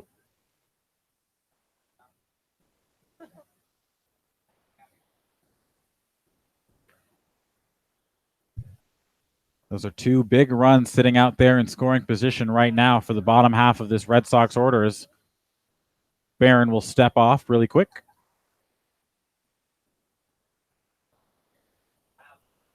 It was a leadoff single from Nanny, and then followed up by an absolute rocket of a double into left center field off the bat of Jake Suttleton. And the 2-2 was swung on and grounded to short. Coming home is Selma, and just like Wyatt Young, the Gateman cut off a run at home plate, and that could also be very big in this game. No advance from Suttleton at second base, and second and third no outs turns into first and second and 1 out, and the score remains 4-3. Well, Nanny going on contact at third base, and the play's right in front. The play's right in front of Quentin Selma. The grounder almost right to him. You can see Nanny breaking towards the plate. Enough time to gather his momentum and go towards home plate. Makes a nice strong throw to retire the first out for first pitch to Pickett's is driven into center field. Rudick back on it, and he'll make the play. Suttleton tags, and he'll advance 90 feet to third. And now it's runners at the corners and 2 down. And you look at that play, TJ, it was not exactly a hard hit ball, but not quite soft enough to allow Nanny the time to be able to really get a good jump on that, and he was still out by a step. And the decision by Nanny there might have possibly cost the Red Sox a run, with Pickett's putting that one to pretty deep center field. Would have been plenty of distance to score a run from third. But since now the Red Sox are going to have to try and get one here with 2 outs and runners on the corners. And their leadoff man, Wyatt Young, who's reached twice already today at the plate. So the second sacrifice fly for Pickett's, the first one brought in a run in the second inning. And this is the guy you want up if you're the Red Sox, a high contact guy in Young. And he flares the first pitch into left field, and that one has eyes, and it'll drop in left field for a base hit. And it was an aggressive turn from Costello at second base, but he'll retreat back to second, and a 2-out RBI hit for Wyatt Young. Not just trying to do too much with that pitch, but Young just able to put the bat on the ball and find a spot in the outfield for that to drop. And he did down that right field line. He's now reached base 3 times today. Have a day, Wyatt Young. And the heart of the order now set to come the break. Brendan Huth, we'll see if he can pick up his first base hit of today after he came in for Andrew Eister in the 4th inning. So, second hit of the day for Young. Second game in a row, reaching base 3 times. And as you mentioned, TJ, Brendan Huth from St. Joe steps into the box with 2 down. First pitch is in the dirt. Blocked well from Sims behind the dish, and it's 1-0. Mentioned it was important for Whitey to get that run back. They saw their lead start to bleed away. 4-0, 4-2, then 4-3, and now get that run back to 5-3. Could be a very important insurance run as we enter the latter half of this ball game. The 1-0 is on its way and swung on and fouled back into the screen. And that'll even the count 1-1. Still potentially more damage to be done for this Red Sox offense. 2 runners on, 2 down. Andrew Eister would be a bat you'd love to have up in this situation, but he's been taken out of this game. As Huth grounds one up the middle. It's a slow chopper. Sems fields it over to first, and that'll end the inning. Important insurance run crosses the plate, but also an important insurance run cut down at the plate as the lead only stretched to 5-3 in this one as we head to the home half of the 6th. You're listening to Red Sox baseball on the Cape Cod Baseball League Network.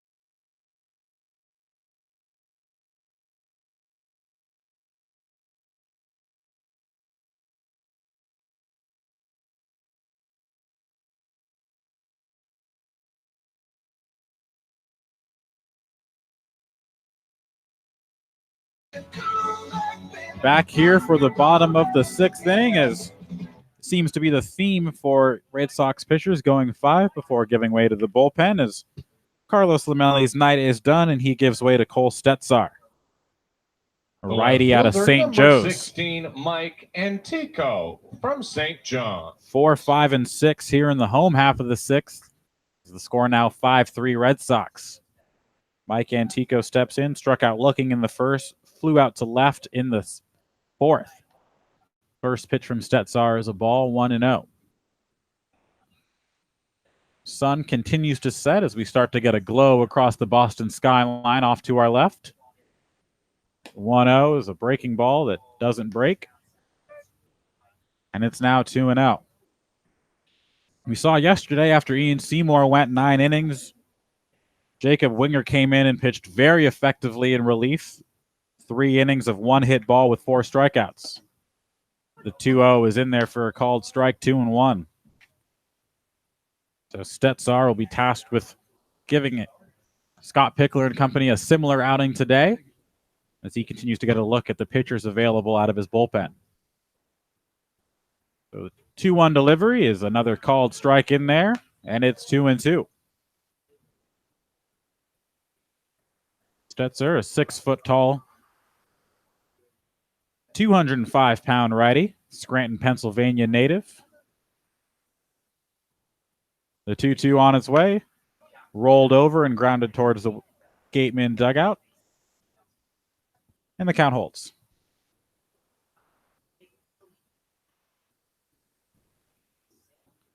So St. Joe's versus St. John's here. And the 2-2 delivery swung on and missed as the breaking ball is swung on and missed. First strikeout for Stetzar in his Cape League career, and first strikeout of the inning. The catcher, number 19, Drew Sims. After falling behind, Utah 2-0, comes right back after Antico. Goes all around the zone. Eventually gets Antico to go chase after one down in the dirt for a quick out number 1. So Drew Sims now steps in, and Gateman pitching will be wary of his bat as he sent an absolute moonshot down the left field line and off the foul pole for the first 2 runs for the Gateman in the 4th. The 0-1 on its way, and breaking ball frisbeed in, and it's a ball 1-1. Sims, the Utah Valley product, behind the dish tonight, responsible for a run defensively as he sent an errant throw into left field. More than made up for that by sending a 2-run shot off the pole. 2 on the count here, Monin Park. The delivery on its way, and that one's low and away, 3-1. We've seen this from a few pitchers on this Red Sox team as they've been struggling with falling behind hitters. Granted, they've been able to work around it, not allow too many base runners, not allow the big inning. But going forward, that's not going to be something Pickler wants to see as Drew Sims draws the walk. Yeah, falling behind hitters never never a smart strategy for retiring. Jacob It means you have to throw more from strikes, Florida or you just allow him on base for free. And we saw it right there. Sims getting the 1-out free pass. So the infield will move to double play depth.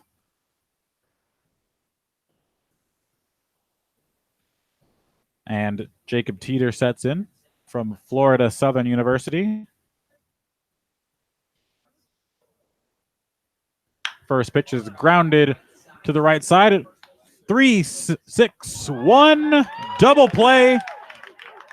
And they get out of the inning. So an impressive defensive play once again from Jack Wold at first, ranging to his right, getting the throw over to Pickett, who sent it back and returned to Stetsar. And 3-6-1 retires the side in the home half of the 6th. So we head to the 7th inning here at Monin Park. 5-3 still our score. Listening to Red Sox baseball on the Cape Cod Baseball League Network.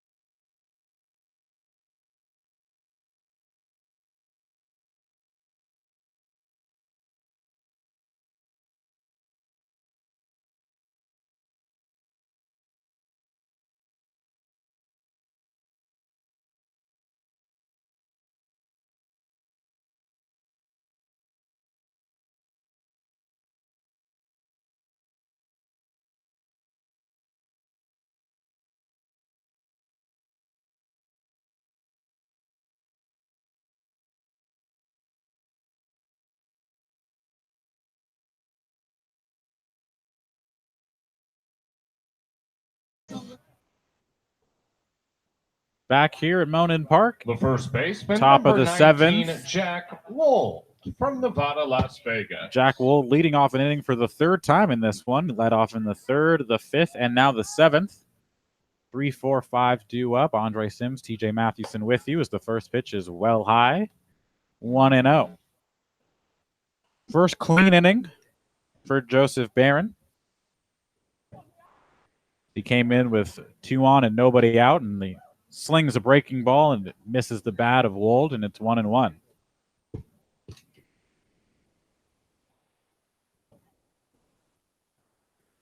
Wold has grounded into a fielder's choice, struck out and flied to center as he grounds one to the right side. Under the glove of the sliding Darren Baker. And that'll get into right field, and Wold will reach.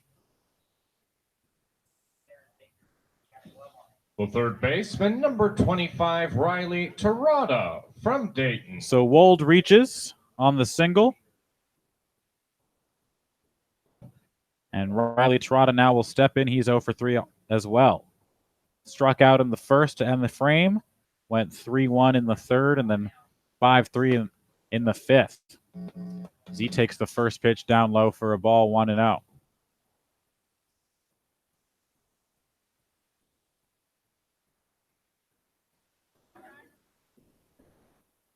Terada playing impressive defense, still looking to make a big offensive contribution.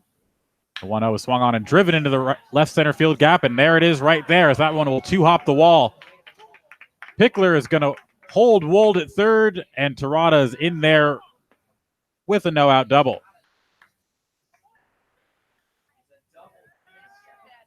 It's a solid piece of hitting there from Riley Terada. That was a frozen rope that got past Matthew Rudick in center field quickly. He had to go back on his horse and then just watch that one skip off the wall. And for the second straight inning, the Red Sox are right back in business. A single and then followed by a double to lead off the frame. Austin Wells now will step in. He's got a double in his own right in this one. Doubled back in the second inning and a big RBI chance to put the Red Sox more comfortably in front in this one as we enter the final third of this game. 1 for 3 on the day is Austin Wells. And the first pitch swinging, and he skies it over the backstop, and it's 0-1.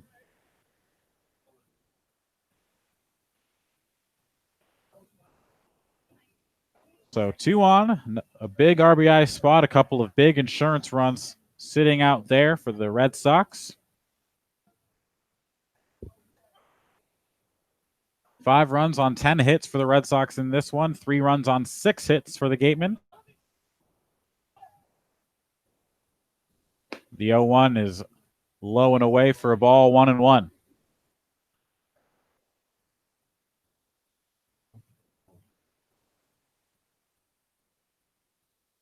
Been conservative third base coaching from Scott Pickler, not sending anyone when he doesn't have to, especially with no outs. You don't want to run into an out at home plate. With still very talented hitters and very productive hitters coming up. The 1-1 is absolutely ripped deep into right field. Back goes Otsuka, and it is foul. Oh, man. The Red Sox don't like that, and it was close. That was close. Otsuka didn't have a chance. It was well gone, but home plate umpire Joseph Caraco calling that one foul, and Austin Wells takes a long walk back to the left-handed batter's box. That one was, that one cleared the wall by quite a bit.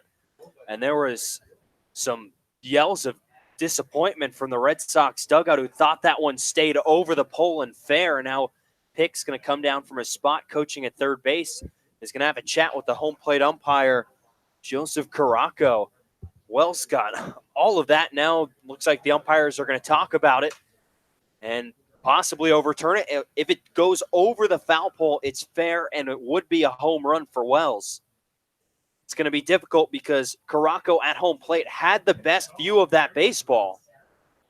So we're going to see what they decide. Well, Wells made it most of the way to first base. He thought it was fair. Dalen Naney, standing on deck, also thought it was fair. And as the umpires separate now, and they'll rule foul ball. Yeah, it would be really hard for them to overturn that call. I mean, obviously no replay here on Cape Cod, but, man, that ball was absolutely smoked. Wells thought it was gone. I honestly think Otsuka out and right thought it was gone, too, the way he tailed off of that. But, alas, 1-2. And we'll reset, and Austin Wells steps back in.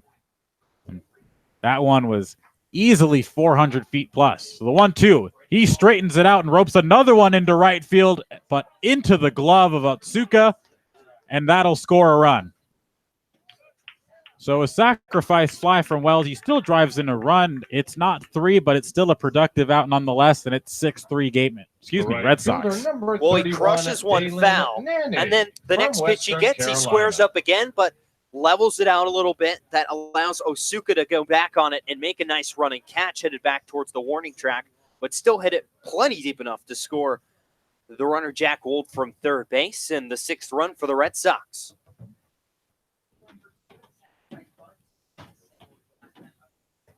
So that'll bring up Dalen Nanny, who was probably the most vocal from the on-deck circle about whether or not that ball was fair or foul. And the first pitch to him is in there for a called strike. Well, that just showcases the power of Austin Wells. He had a spectacular freshman season down in Tucson with Arizona Wildcats. And finally, that one is just wide for a ball. we've seen a couple of comfortable swings from here today, really squaring up some baseballs, getting in that prime hitting launch angle, as we hear so much nowadays, anywhere from 15 to 30 degrees in the air. In this past at bat, he did it. Yeah, Austin Wells struggled a little bit offensively through these first couple of games, but starting to put together more and more quality at bats. And we're starting to see the bat play even more. 1-1, it's a suicide squeeze. And it was foul as Tirado was well on his way.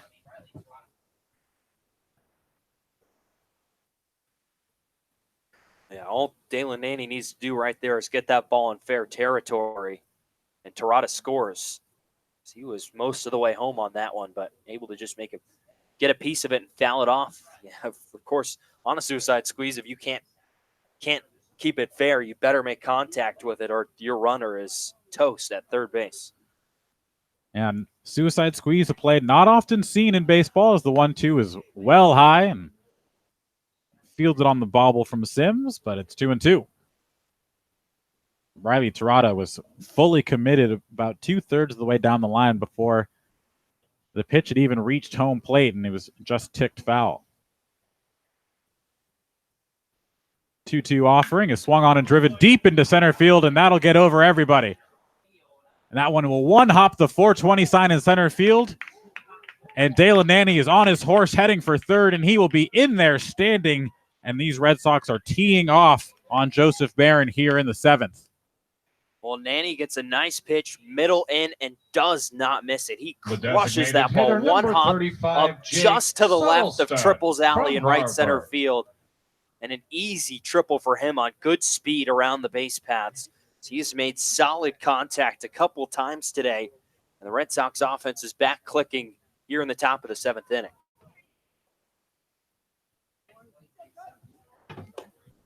Jake Settleston bet on base a perfect 3 times out of 3 thus far. Takes the first pitch for a strike, 0-1.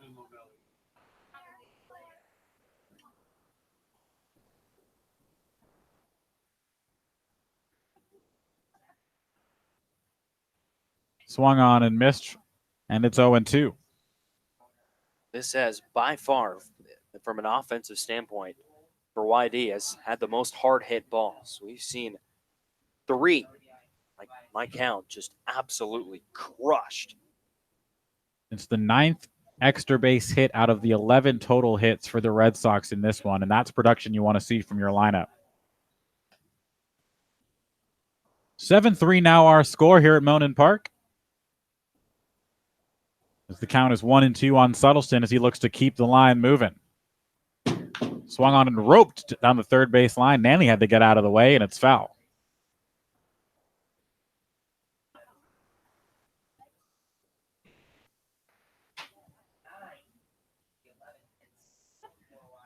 One, two, still our count. 3 in the second. 1 in the fourth. 2 in the 6th, and now one in the 6th, 2 now here in the 7th. That one is just ticked foul, and the count holds at 1-2.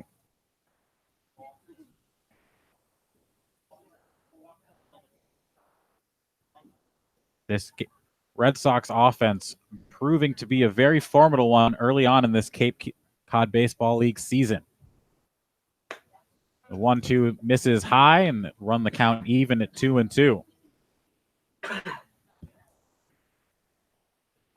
Red Sox have extended their lead with 2 runs here in the 7th. It's now 7-3 our score. Andre Sims, TJ Mathewson with you. Thank you all for joining us on this Wednesday evening. And the 2-2 is swung on and in the dirt. Sims will throw to first to complete the strikeout, and that's the second out of the inning, and Suttleton is retired for the first time today. The left fielder, number 30, Jeff Costello from Northeastern. So Jeff Costello will step in, started the night in center field, moved over to left, doubled in the second, singled in the fourth, and singled in the sixth. A 3-for-3 day for him. Yes, he did on the first offering, and it's 0-1.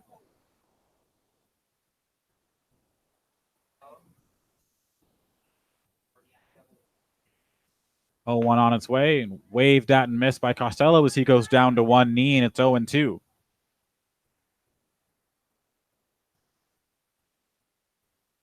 So Barron looking to get out of the inning with just the 2 runs allowed as he has an 0-2 count on Costello. And the 0-2 delivery, and then waved at and missed once again. Tipped into the glove of Sims, and that'll end the inning, but not before the Red Sox strike twice once again as the offense proves formidable. 7-3 now our score. We'll be right back on the Cape Cod Baseball League Network.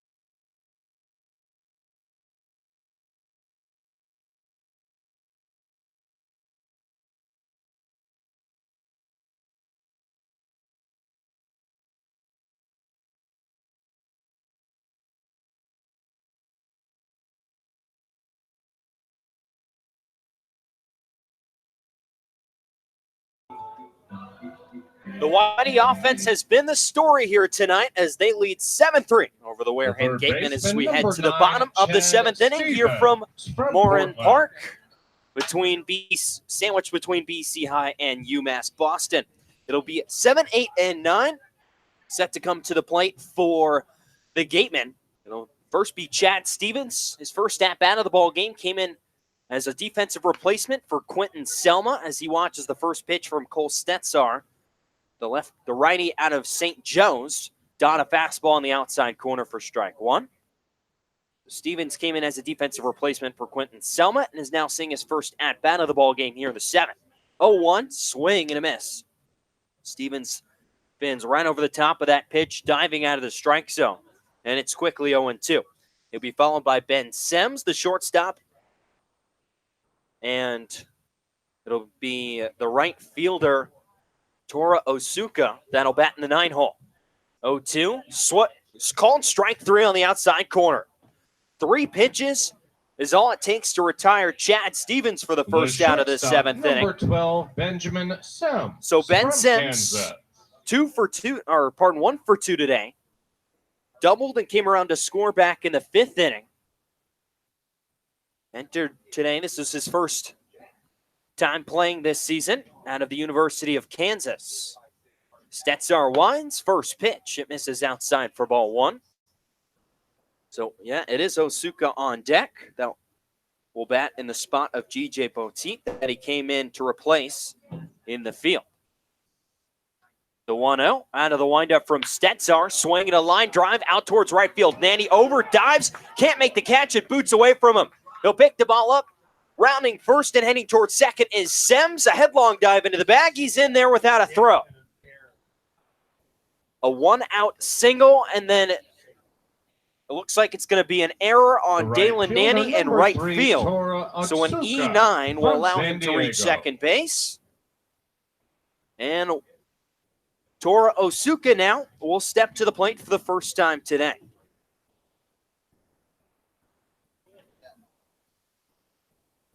So Osuka batting from the left side, now with the runner in scoring position for the Gatemen, as they're now all of a sudden back down 4 runs, with the Red Sox putting up 3 runs across their last 2 innings at the plate. So Otsuka awaits the first pitch, swings a one-hopper right at Wyatt Young at second base. He fields, throws it over to Wold at first in time for out number 2. Advancing over to third base is Ben Sims from second. 51, So 2 outs, runner on third, and the top of the lineup State. will come up for the gateman. And Matthew Rudick, he is 1 for 3 today, tripled his last time up. And with that 4th possible run of the game for the gateman awaits on third base, as the gatemen need to start chipping away with only 7 outs remaining for them. The wind to the first pitch. A fastball on the outside edge for strike 1. Other game going on right here in the city of Boston right now. Game 7 between the Bruins and Blues. Puck drop about 30 minutes ago. 0-1. Off speed on the outside corner for strike 2. So quickly 0-2 on Matthew Rudick. And Stetzar's a strike away from his second straight scoreless inning. The stretch and the 0-2. Fastball misses outside. It's 1-2. As the sun is almost all the way set here at Boston, painting the skyline a light blue and pink. 1-2. Swing and a pop-up on the infield. Triana right next to third base. He finds it up in the night sky, and he's there to make the catch for out number 3. So after giving out a 1-out single to Ben Sims, Cole Stetzar able to get out of this 7th inning and leave the runner stranded over at third base. We'll head to the 8th here from Monin Field in Boston. It's 7-3 Red Sox over Gateman here on the Cape Cod Baseball League Network.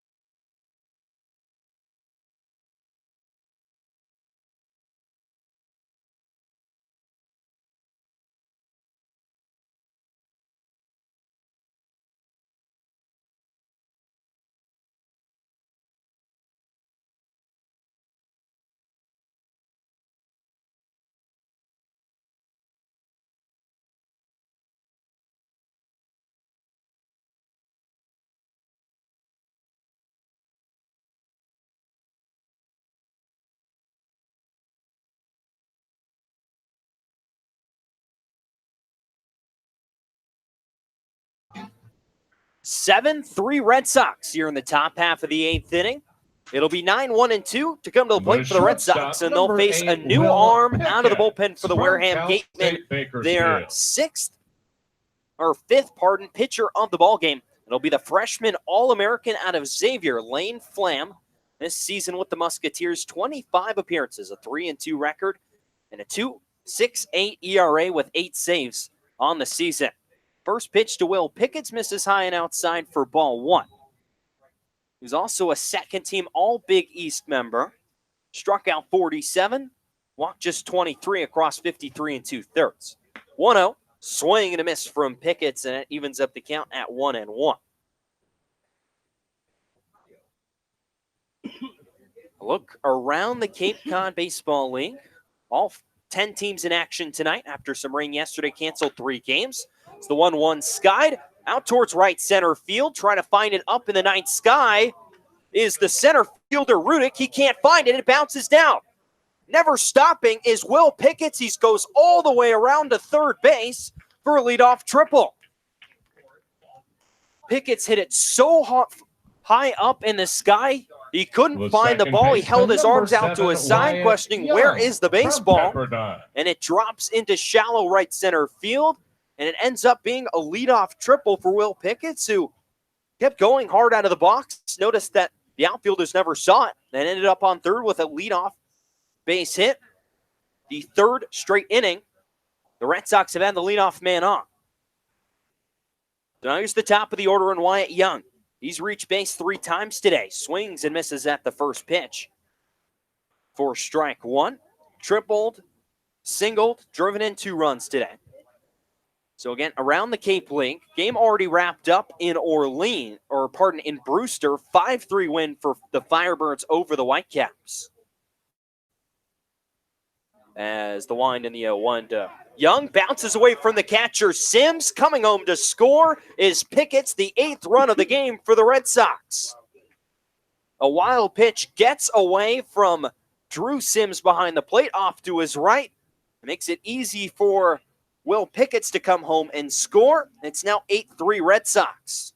And that's exactly what you don't want if you're the gateman in this one. Already in a pretty deep hole with not a lot of time left. You don't want to be giving away runs. An unfortunate bounce of the ball, but not being able to find it out in right center field. And then on top of that, to have that run come around and score via the wild pitch, not conducive to coming back in this game. So 1-1 the count here on Young after the wild pitch. Out of the windup, the pitch misses high for a ball. 2-1 on Young. Katuitt all over Hyannis at McKeon Park. 10-0 Kettleers. That in the bottom of the 8th inning. A final from Dorn Park in Bourne. 3-1 Harwich winning over Bourne. As the 2-1 is skied out to center field. Runick finds it this time up in the night sky, and he will make the catch for out number 1. The center fielder, number 17. And then Brendan at Veterans Field in the from top St. of the Joe. 7th inning, no score between Falmouth and Chatham. At the home opener for the Anglers here in 2019. So, Brendan Huth, who came in to hit for Andrew Eister in the 4th inning, is 0 for 2 so far. First pitch to him will miss a little low for ball 1. Huth batting from the left side. And the righty winds the 1-0. Again off the plate for ball 2. Another impressive offensive day for the Red Sox. And once again, it's a top-to-bottom effort. And if this holds, if this lineup continues to produce in the way it is, 2-0, fastball high for ball 3. we could be looking at a very talented offensive team, similar to last year's Whitey Red Sox team, a team that paced Cape Cod in a lot of offensive categories. Unbelievable team there in Yarmouth last season. 3-0, fastball right down Main Street for a strike. It's 3-1. 8 runs on 12 hits, an error for the Red Sox. 3 runs on 7 hits, and an error for the Gatemen. Youth out of St. Joseph's awaits the 3-1. Swing and a grounder right side of the infield. Baker from the second base position over to his left, fields, and throws on over to first to retire Huth for out number 2. The first baseman, Now number Jack 19, Wold with 2 Jack outs here in the 8th Wold will from step to the Nevada, plate. Las Vegas. His 5th at-bat of the ball game. Singled, came around to score after leading off the 7th inning with that base hit an inning ago. So he digs in from the left side. Lamb kicks and fires the first pitch. A check swing. Home plate umpire Joseph Caraco says he goes around for strike 1. It's 0-1. Youth has stepped to the plate 5 times today. All of them has not have a batting glove. Not have batting gloves on. 0-1. Fastball on the outside edge for strike 2. It's quickly 0-2. That's the really old-fashioned classic look of no batting gloves with a wood bat. Wold is rocking there tonight. 0-2. Off speed, off the plate. Blocked by Sims behind the plate. And it'll go to 1-2. And Wold was talking pregame about how he holds his hands in an interesting position on the bat. Instead of just having his fingers stacked as they normally would fall, has his thumb in between his ring and his middle finger. And that's in design from his trainer to keep the bat more level and straight through the hitting zone, get him some better contact. 1-2 is fouled back, and the count will stay at 1-2. On deck, Riley Triana, the cleanup man for Scott Pickler today and the Whitey Red Sox. Flam winds, 1-2 pitch. Swing and a dropped third strike by Sims. He'll pick it up, go to the inside part of the first base line, fire a strike down to Jacob Teeter over down that at first base, and that will retire the YD 8th inning. So we will head to the bottom of the 8th inning here from Morin Park here in Boston. 8-3, Red Sox lead over the Gatemen here on the Cape Cod Baseball League Network.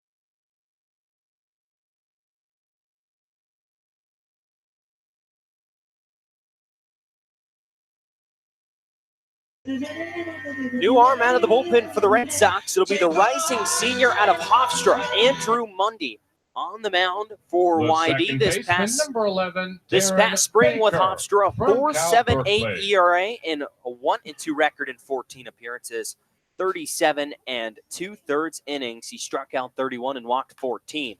First pitch to Darren Baker at the plate. The second baseman for the Gatemen will foul one straight back. 0-1 the count. 8-3 Red Sox here in the bottom half of the 8th inning. It's been another complete game for YD, a couple games in a row now, including the win against Orleans yesterday as the 0-1 misses everything, including the glove of Austin Wells, and airmails the backstop. That evens up the count at 1-1. But a complete 8-2 win over Orleans yesterday, and the Red Sox looking much more the same here tonight against the defending champs, the Wareham Gatemen. The 1-1 is fouled off down that third base side and out of play, and the count's now 1-2. Doubled in the first inning, struck out, grounded into a 4-2 fielder's choice. 1-2 pitch, swinging another ground ball towards Wyatt Young at second. He fields, scoops it up, throws over to first base, and that's in time to retire Darren Baker to start this 8th inning. And that just shows the speed of Darren Baker right there. That was a routine ground ball to second. Young wasn't really even taking his time, wasn't very nonchalant, and that still only beat Baker by about a step and a half. So here's Andrew Thomas, the 3-hole hitter for the Gatemen today. Steps in from the left side against Mundy, fires home a first pitch, strike. It's 0-1. Thomas, the Baylor Bear, catcher / infielder out of Murrieta, California. So far today is 1 for 3. 0-1 off the plate, away for ball 1, 1-1 the count. .335 hitter this past season at Baylor. 22 doubles, 4 home runs, 32 RBIs for him. Mundy fires the 1-1, swing and a foul straight into the glove of Austin Wells will make the count 1-2. The Gatemen got rained out yesterday, but they won on opening night, 3-1. as the 1-2 is swung on and lofted down the left field side. Giving it a look is Costello in foul territory. He adjusts just inside the chalk, and he's there to make the catch for out number 2. So 2 up and 2 down for Mundy here in the 8th inning. And that'll bring out Mike Antico, the left fielder, 0 for 3 today. From St. John. That win for Wareham against the Brewster Whitecaps, 3-1. Only 4 total hits for the Gatemen. But Matthew Rudick atop the lineup, as I mentioned, to lead off the ball game. 4 walks for him. Complemented by Bryce Elder. 6 strikeouts over 4 innings. Showing bunt is Antico. Tries to lay down the third base side, but it trickles foul, and the count will go to 0-1. It was foul, but an impressive pirouette play on the bare hand from Wells behind the dish. Quickly out of his crouch, grabbed it mid-pivot, and was able to fire a strike down to first. All for naught, though, as it was a foul ball. So after that home opener win for the Gatemen, they were supposed to go to Falmouth and play yesterday, but that got rained out. 0-1. It'll miss low for a ball, 1-1 the count. One of 3 games postponed until tomorrow, but it is supposed to rain all day tomorrow, so we'll see how long that holds. 0-1, swing and a fly ball out towards Costello in left field. He'll have to run in at it. He calls off the shortstop, Will Pickett's, and he's there to make the catch for out number 3. 3 up, 3 down for Andrew Mundy out of the YD bullpen. So we'll head to the 9th inning here from Moran Park in Boston. 8-3 lead for the Red Sox over the Gatemen here on the Cape Cod Baseball League Network.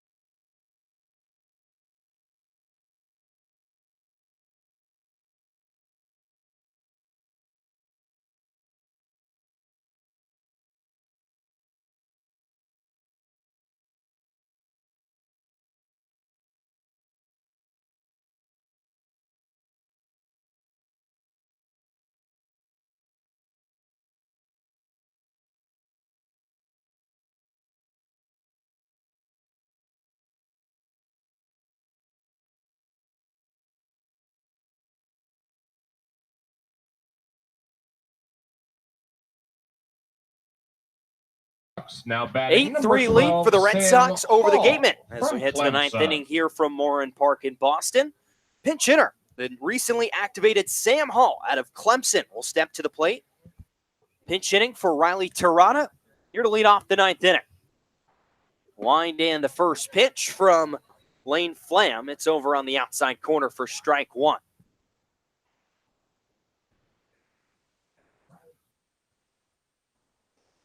Hall batting from the right side. Winds in the 0-1. It misses off the edge for a ball, and it's 1-1. So Hall, proper name is Joseph, goes by Sam. He's finishing up his sophomore season at Clemson out of Hampstead, North Carolina. 1-1. Fastball misses away for ball 2-1 the count. So pinch hitting for Riley Tirada in the 9th inning. 4, 5, and 6 set to come to the plate for the Red Sox. Supposed to be followed by Austin Wells and Dalen Nanny. 2-1. This is high. It's now 3-1. Hit 257 this past season with the Tigers in 61 games, 249 at-bats. 7 home runs, drove in 32 runs. Led the team with 30 stolen bases, that out of 37 attempts. 3-1. Swing and a miss from Hall, and the count will go to 3-2. Hall just activated today, along with Eric Tolman and Drew Swift and Jake Palmer. Pace of adding players to the roster should not slow down over the next week and a half. 3-2, swing and a miss, strike 3. Hall down on strikes to lead off the ninth inning. Catcher number 16, Second strikeout Austin of the game for Wells Lane from Flam. Arizona. And that'll bring up Austin Wells, who tattooed a ball his last time up, but ended up flying out to the near warning track in right field. Doubled in his first at-bat, came around to score, has also struck out and grounded out to short. First pitch, curveball over on the outside corner for a strike.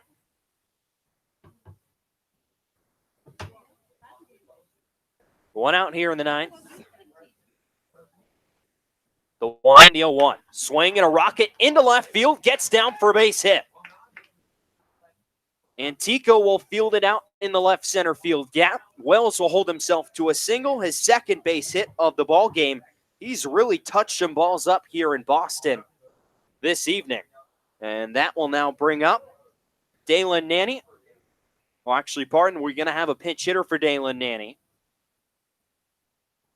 Looks like it's going to be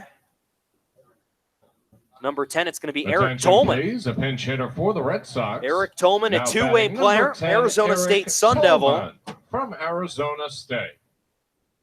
Tolman, one of the top-rated pitchers in California out of high school, pitched and hit for the Sun Devils this season. Knocked 3 balls over the wall for Tracy Smith's ball club in Tempe. Stands from the left side, awaits the first pitch, a fastball on the inside corner for strike 1. Yeah, and Tolman, both of us watched him play in person.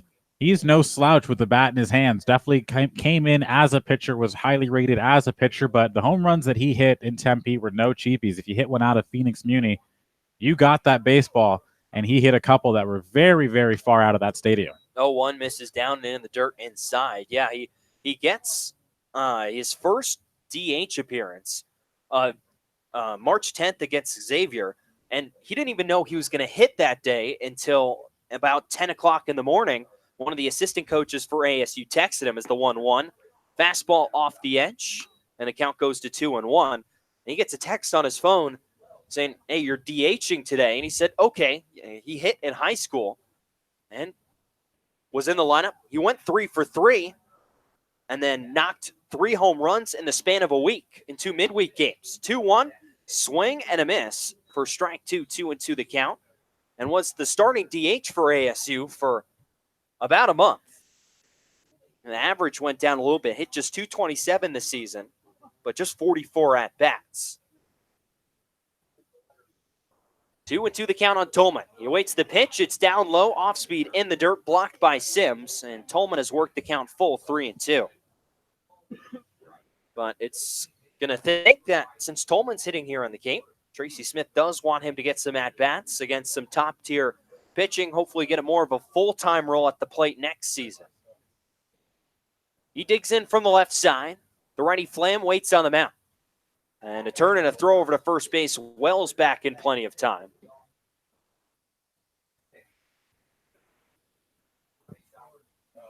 Tolman, a practice swing out of the right side. As Flam peers in, he sets right on the rubber. Full count here on Eric Tolman. And another turn and throw over to first base. Wells, not excellent speed over at first base, not too big of a lead. Dives back to the back corner of the base in time.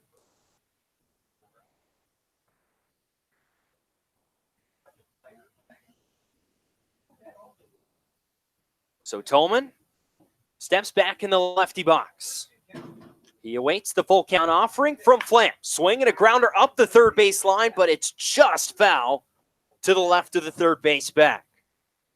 Tolman was late on that pitch, tried to keep it fair down that left field side, just couldn't. And the count will stay full. Red Sox looking for some more insurance with the 5-run lead here in the 9th inning. They've knocked around 13 hits to this Wareham staff so far today with that Wells single to lead off the night.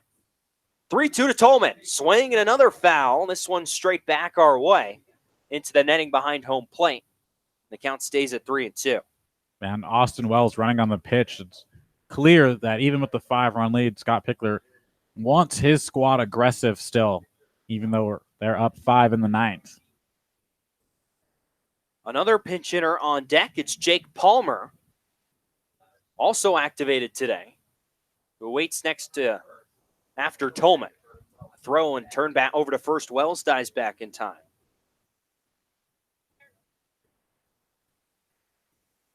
I mentioned how highly rated Tolman was out of high school. Number 15 lefty overall in the country and the number 2 lefty in California in the class of 2018.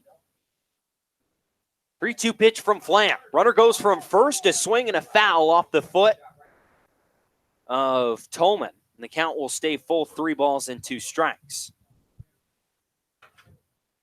Jake Palmer, who waits on deck, a sophomore out of UC Irvine. Teammates with Red Sox from last season, Trenton Denholm. Denholm also on the roster for this season, but he's going to get a chance with Team USA here in a couple of weeks. Tolman awaits the 3-2 again. Here it comes. And misses inside for ball 4.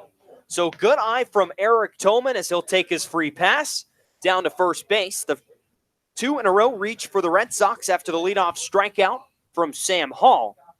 And that will bring up Jake Palmer, the sophomore, The designated the hitter, native number of El 28, Segundo, Jake California. Palmer from Cal Irvine.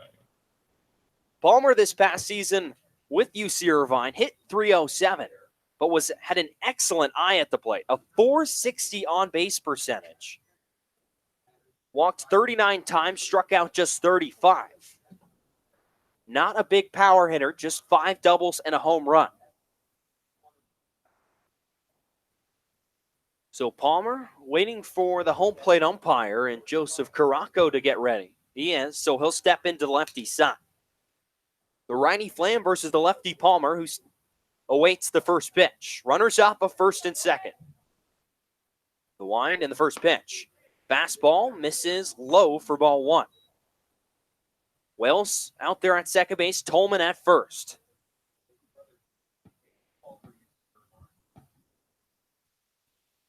Was a 4-time league champion at El Segundo High School.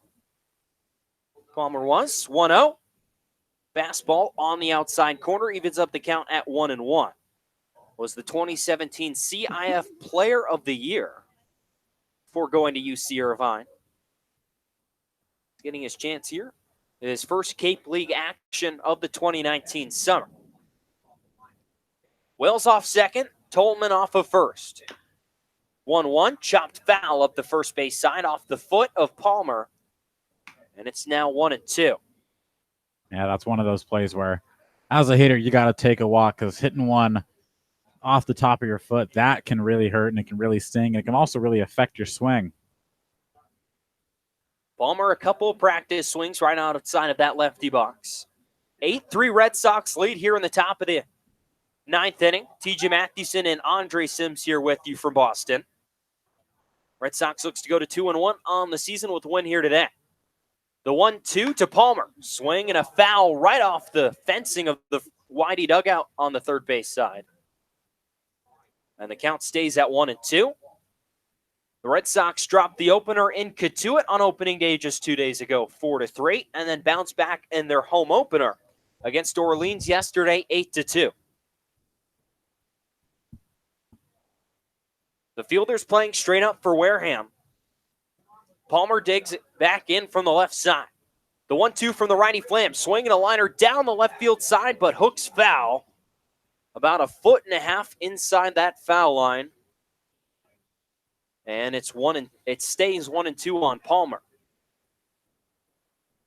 The outfielders now shifted towards the left field side. So the Rudick in center field. Over a little bit towards left center. The freshman All-American Flam sets on the bump. 1-2. Fastball off the edge for a ball. 2-2 the count on Palmer. Jeff Costello awaits on deck. Hoping to get a chance here in the 9th inning. if Palmer avoids grounding into a double play.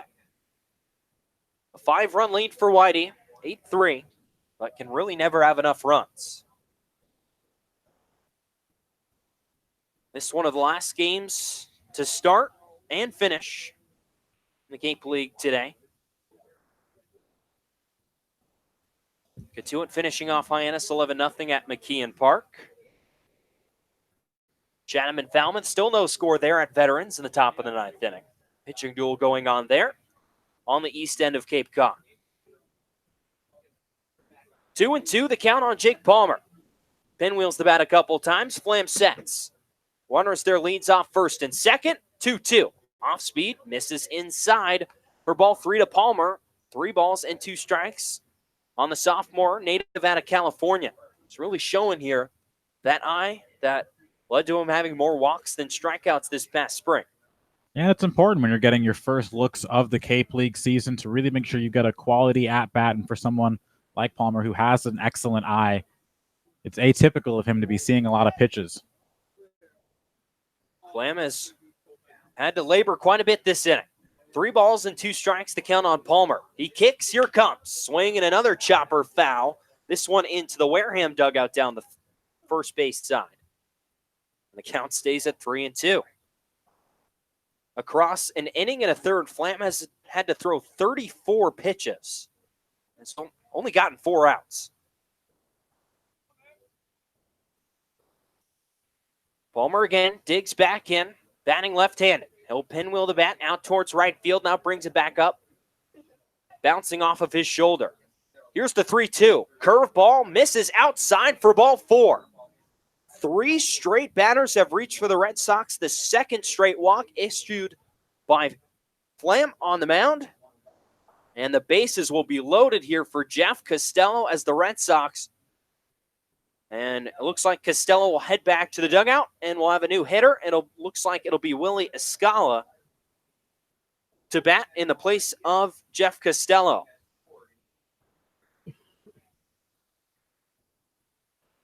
So Escala has seen time Attention, in each please. of the first pinch 2 hitter games. For the Red Sox, now batting number 3, William Escala from Miami. Escala, the right-handed hitter, will face the righty Flam. Seen 5 at-bats so far, was 3 for 2 yesterday with an RBI in the win against Orleans. At the University of Miami, he'll dig in from the righty batter's box. So now Austin Wells at third. At second, Eric Tolman. At first, Jake Palmer. First pitch to Escala. Fastball misses low for ball 1. Flam is struggling to find the strike zone here in the 9th inning, issuing the 2 straight walks. Escala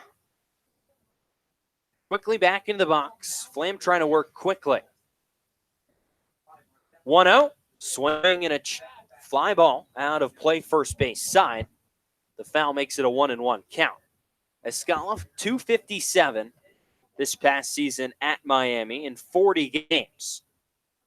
Played a lot more as a freshman, but saw significantly less playing time his sophomore season. 1-1 the count on him as he digs back in. Red Sox lead this one 8-3 here at Monin Park. Here's the 1-1 from Flam. Curveball cut through and missed by Escala, and the count will go to 1-2. The sky has almost completely darkened here in East Boston. Just the glow of the city lights showing out over that left field fence, the 27-foot tall wall. Here in this park, Monin Park, home of UMass Boston and BC High. Lane Flam looking at Drew Sims behind the plate to get his signs, and now time is called by Willie Escala. Taps the bat a couple times on home plate. Wells takes his lead at third. Tolman off of second. Palmer off of first. 1-2. Curveball. Chopped foul up the third base side. These 2 teams, the best 2 in the Cape across the regular season last year. Wareham first in the East with 52. First in the West, pardon, with 52 points. The Red Sox first in the East with 59. Red Sox won the season series 3-1 over the Gatemen and are 3 outs away from taking the first one here against Wareham in 2019. 1-2 to Escala. Curveball, strike 3 called on the inside edge. No argument from Escala as he'll turn and head back to the third base dugout.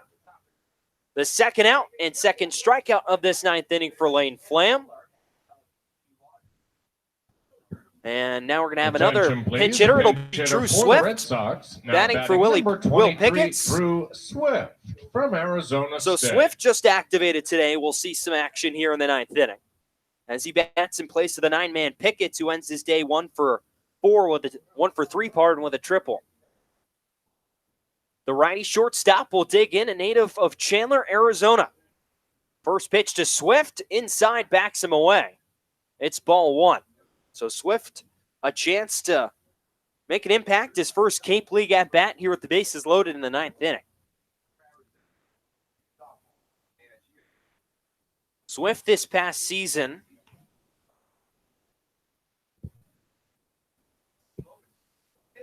awaits the 1-0, swing and a fly ball out down the right field line. It's into the Bermuda Triangle and it'll fall down for a base hit. Baker fields it out in shallow right field. Wells will come home to score. Tolman will come home to score from second.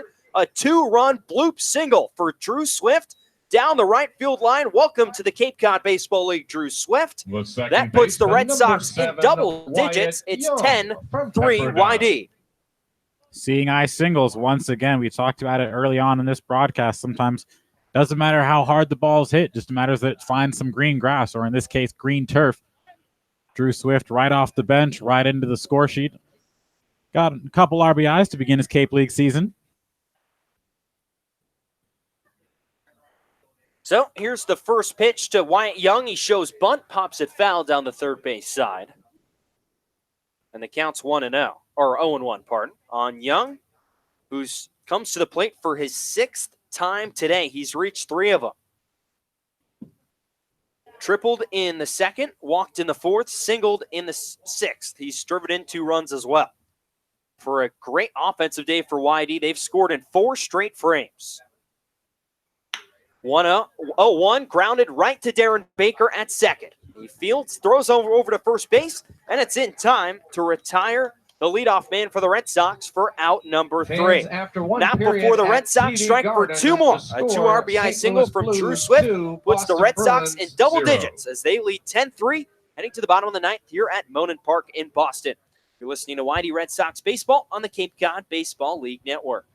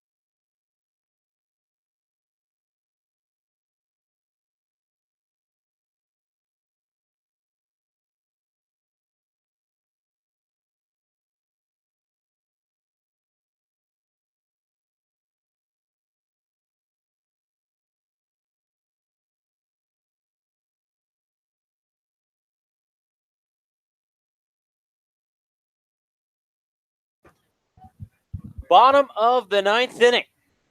Here from Monon Park in Boston, Massachusetts. 10-3 lead for YD over Wareham. 3 outs away from the Red Sox, moving to 2-1 on the season. New arm on the bump for the Red Sox. Fires in a first pitch strike is Michael Weisberg out of Cal State Fullerton, a native of Tarzana, California. A 6.5 ERA this season with the Titans in 18 games. 18 innings. In 18 innings, he saved 6 games, struck out 13, and walked 12. Some defensive changes for the Red Sox. Now behind the plate is Eric Bajani. We saw him catch yesterday for the Red Sox. Willie Escala now at third base. Drew Swift at short.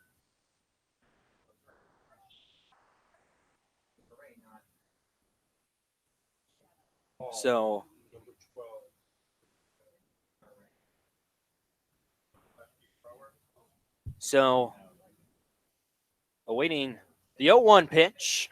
Swing and a miss. And it's quickly no balls and 2 strikes here on Drew Sims. Responsible for 2 of the 3 runs for the Gatemen today. 2-run home run back in the 4th inning. Skyscraper down the left field line. 0-2. Swing and a foul straight back, and the count will stay. No balls and 2 strikes. The Gatemen 3 outs away from going 0-2. Or pardon, 1-1 on this season. 0-2. Swing and a miss. Strike 3. Michael Weisberg, welcome to the Cape. Strikes out the first batter he faces out of the bullpen. Teeter from Florida Southern. For the Red Sox, 1 down. And that'll bring up Jacob Teeter, the first baseman. 0 for 3 day for him. Grounded out 3 times today. Weisberg kicks the first pitch. It misses inside. Teeter grounded to third back in the 2nd. Grounded back to the pitcher in Carlos Lomelli, the starter for YD today, in the 4th, and then grounded into a 3-6-3 double play in the 6th. 1-0, brushes him back off the plate, and the count will go to 2-0.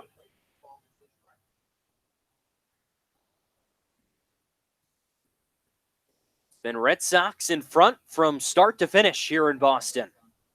As the 2-0 from Weisberg, it misses low for a ball. It's 3-0. Red Sox put up 3 in the 2nd, 1 in the 4th, and then 1 in the 6th, 7th, 1 in the 6th, 2 in the 7th, 1 in the 8th, and 2 in the 9th. 3-0, fastball on the inside corner for a strike, and it's 3-1. The Gatemen scored 2 runs in the 4th and 1 in the 5th. And that's been about it for them today. So they've scattered 7 hits. 3-1, swing and a foul tip into the cap. It back into the mitt of Eric Bajani behind the plate. And the count has run full 3-2. Michael Weisberg, the freshman out of Cal State Fullerton. Winds up, 3-2 pitch. Swing and a grounder, foul up the first base side, and the count will stay full at 3-2.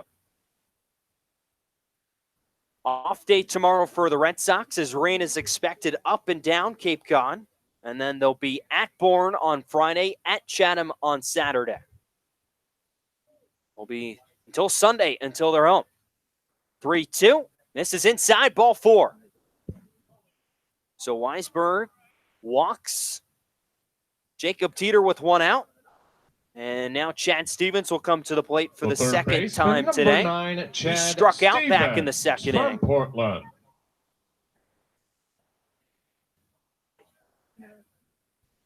So Stevens, 0 for 1, will step into the righty batter's box. Stevens out of the University of Portland, the sophomore. Waits the first pitch. The righty fires off the plate for ball 1, 1-0. Second team All West Coast Conference this season in 52 games where he hit .284. Went yard 5 times, 27 RBIs. Native of the Pacific Northwest, Fox Island in Washington. 1-0. Fastball misses just off the plate for ball 2, 2-0. So Weisberg, after setting down Drew Sims on strikes, has struggled to find the strike zone a little bit. with Jacob Teeter and now Chad Stevens. The righty sets at the chest, the 2-0. Fastball right down Main Street for a strike, and the count will go to 2-1. The sky is now completely dark here in Boston. The lights on and in full effect at Monin Park. Weisberg sets 2-1, swinging a grounder out towards Drew Swift at short. He shovels to Wyatt Young at second for one. Throw on to first is not in time. Stevens able to beat out the throw from second base, running down that first base line.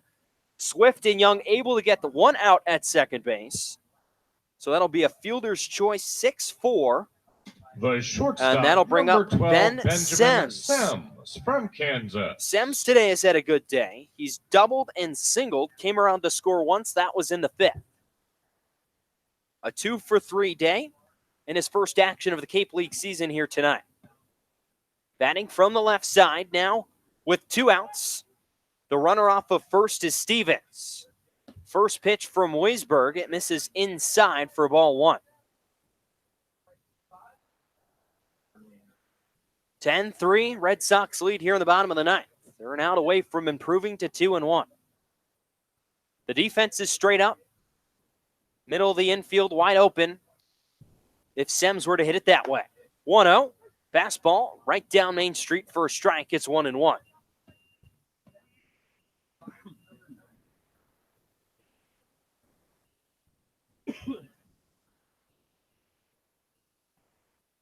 Back into the batter's box is Sims. The 1-1. Swing and a rocket towards short. Trying to backhand it is Drew Swift. It kicks off his glove and into shallow left field. Not stopping at second is Stevens. He goes all the way around to third base. I think that might be an infield single there for Ben Sims on the tough play from Drew Swift. So now runners on at first and third. And Tora Osuka now, for the second time today, will come to the plate. So Osuka today grounded out in the 7th inning. 0 for 1. As he bats from the left side, one of the Toreros of San Diego. Teammates with YD catcher Adam Kerner. The first pitch over on the outside edge for strike 1, 0-1 the count. This past season in San Diego, 52 games. He started 42, hit .287. Runners on first and third. 2 outs here for the Gatemen. So they're down to their final strike here in Boston. 0-1. Curveball on the outside corner for strike 2. Weisberg 1 strike away from sealing this win for the Red Sox. He gets back on the rubber. A deep breath from Osuka as he steps halfway out of the batter's box. Now taps his bat on home plate twice. Weisberg gets the sign he likes from Bijani. The 0-2, fastball way up and out of the zone. Like it might have slipped out of the hand of Weisberg. And it would miss for ball 1. 1-2 the count. No one holding either runner on, with the Red Sox leading by 7. Weisberg sets. The 1-2. Swing and a foul. Third base sign sneaks past the netting behind home plate and knocks into the netting behind the dugout. The count stays at 1-2.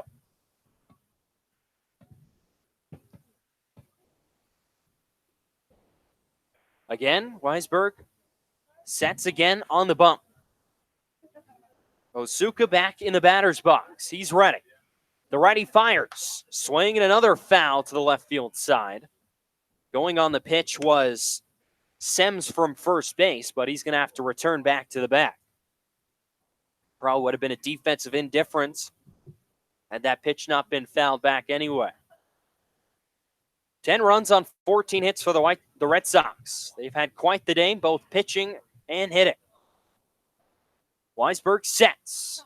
Osuka set in the righty box, or lefty box. The 1-2, swing and a grounder towards Jack Wold at first base. He fields, and that'll do it here from Monon Your Park. final The score Red this evening Sox from take Monon down the Park. Gatemen Yarmouth Tennis 10-3 Red Sox defeat and the will Gatemen by improve a to score of 2-1 on 10-3. the season. A Totals first for complete the Red effort Sox, from the 10 lineup, runs, 10 14 runs hits, on 1 error. 14 hits, For the Gatemen, while 3 the runs, Whitey 8 pitching hits, staff 1 error. held down this Gateman The offense winning pitcher to was just Carlos 3 Lomelli, runs over the closing 9 pitcher innings here Connor at Larkin. Monon Park in this Join us for offside our Cape next home Cod game. League That's game. Blaine Field The Gatemen on Friday will night, fall June to 14th. 1-1 on the As the season. The Gatemen Red play host Sox to the will improve Orleans to 2-1 Firebirds with in a first pitch complete scheduled victory for here tonight. 6:45 p.m.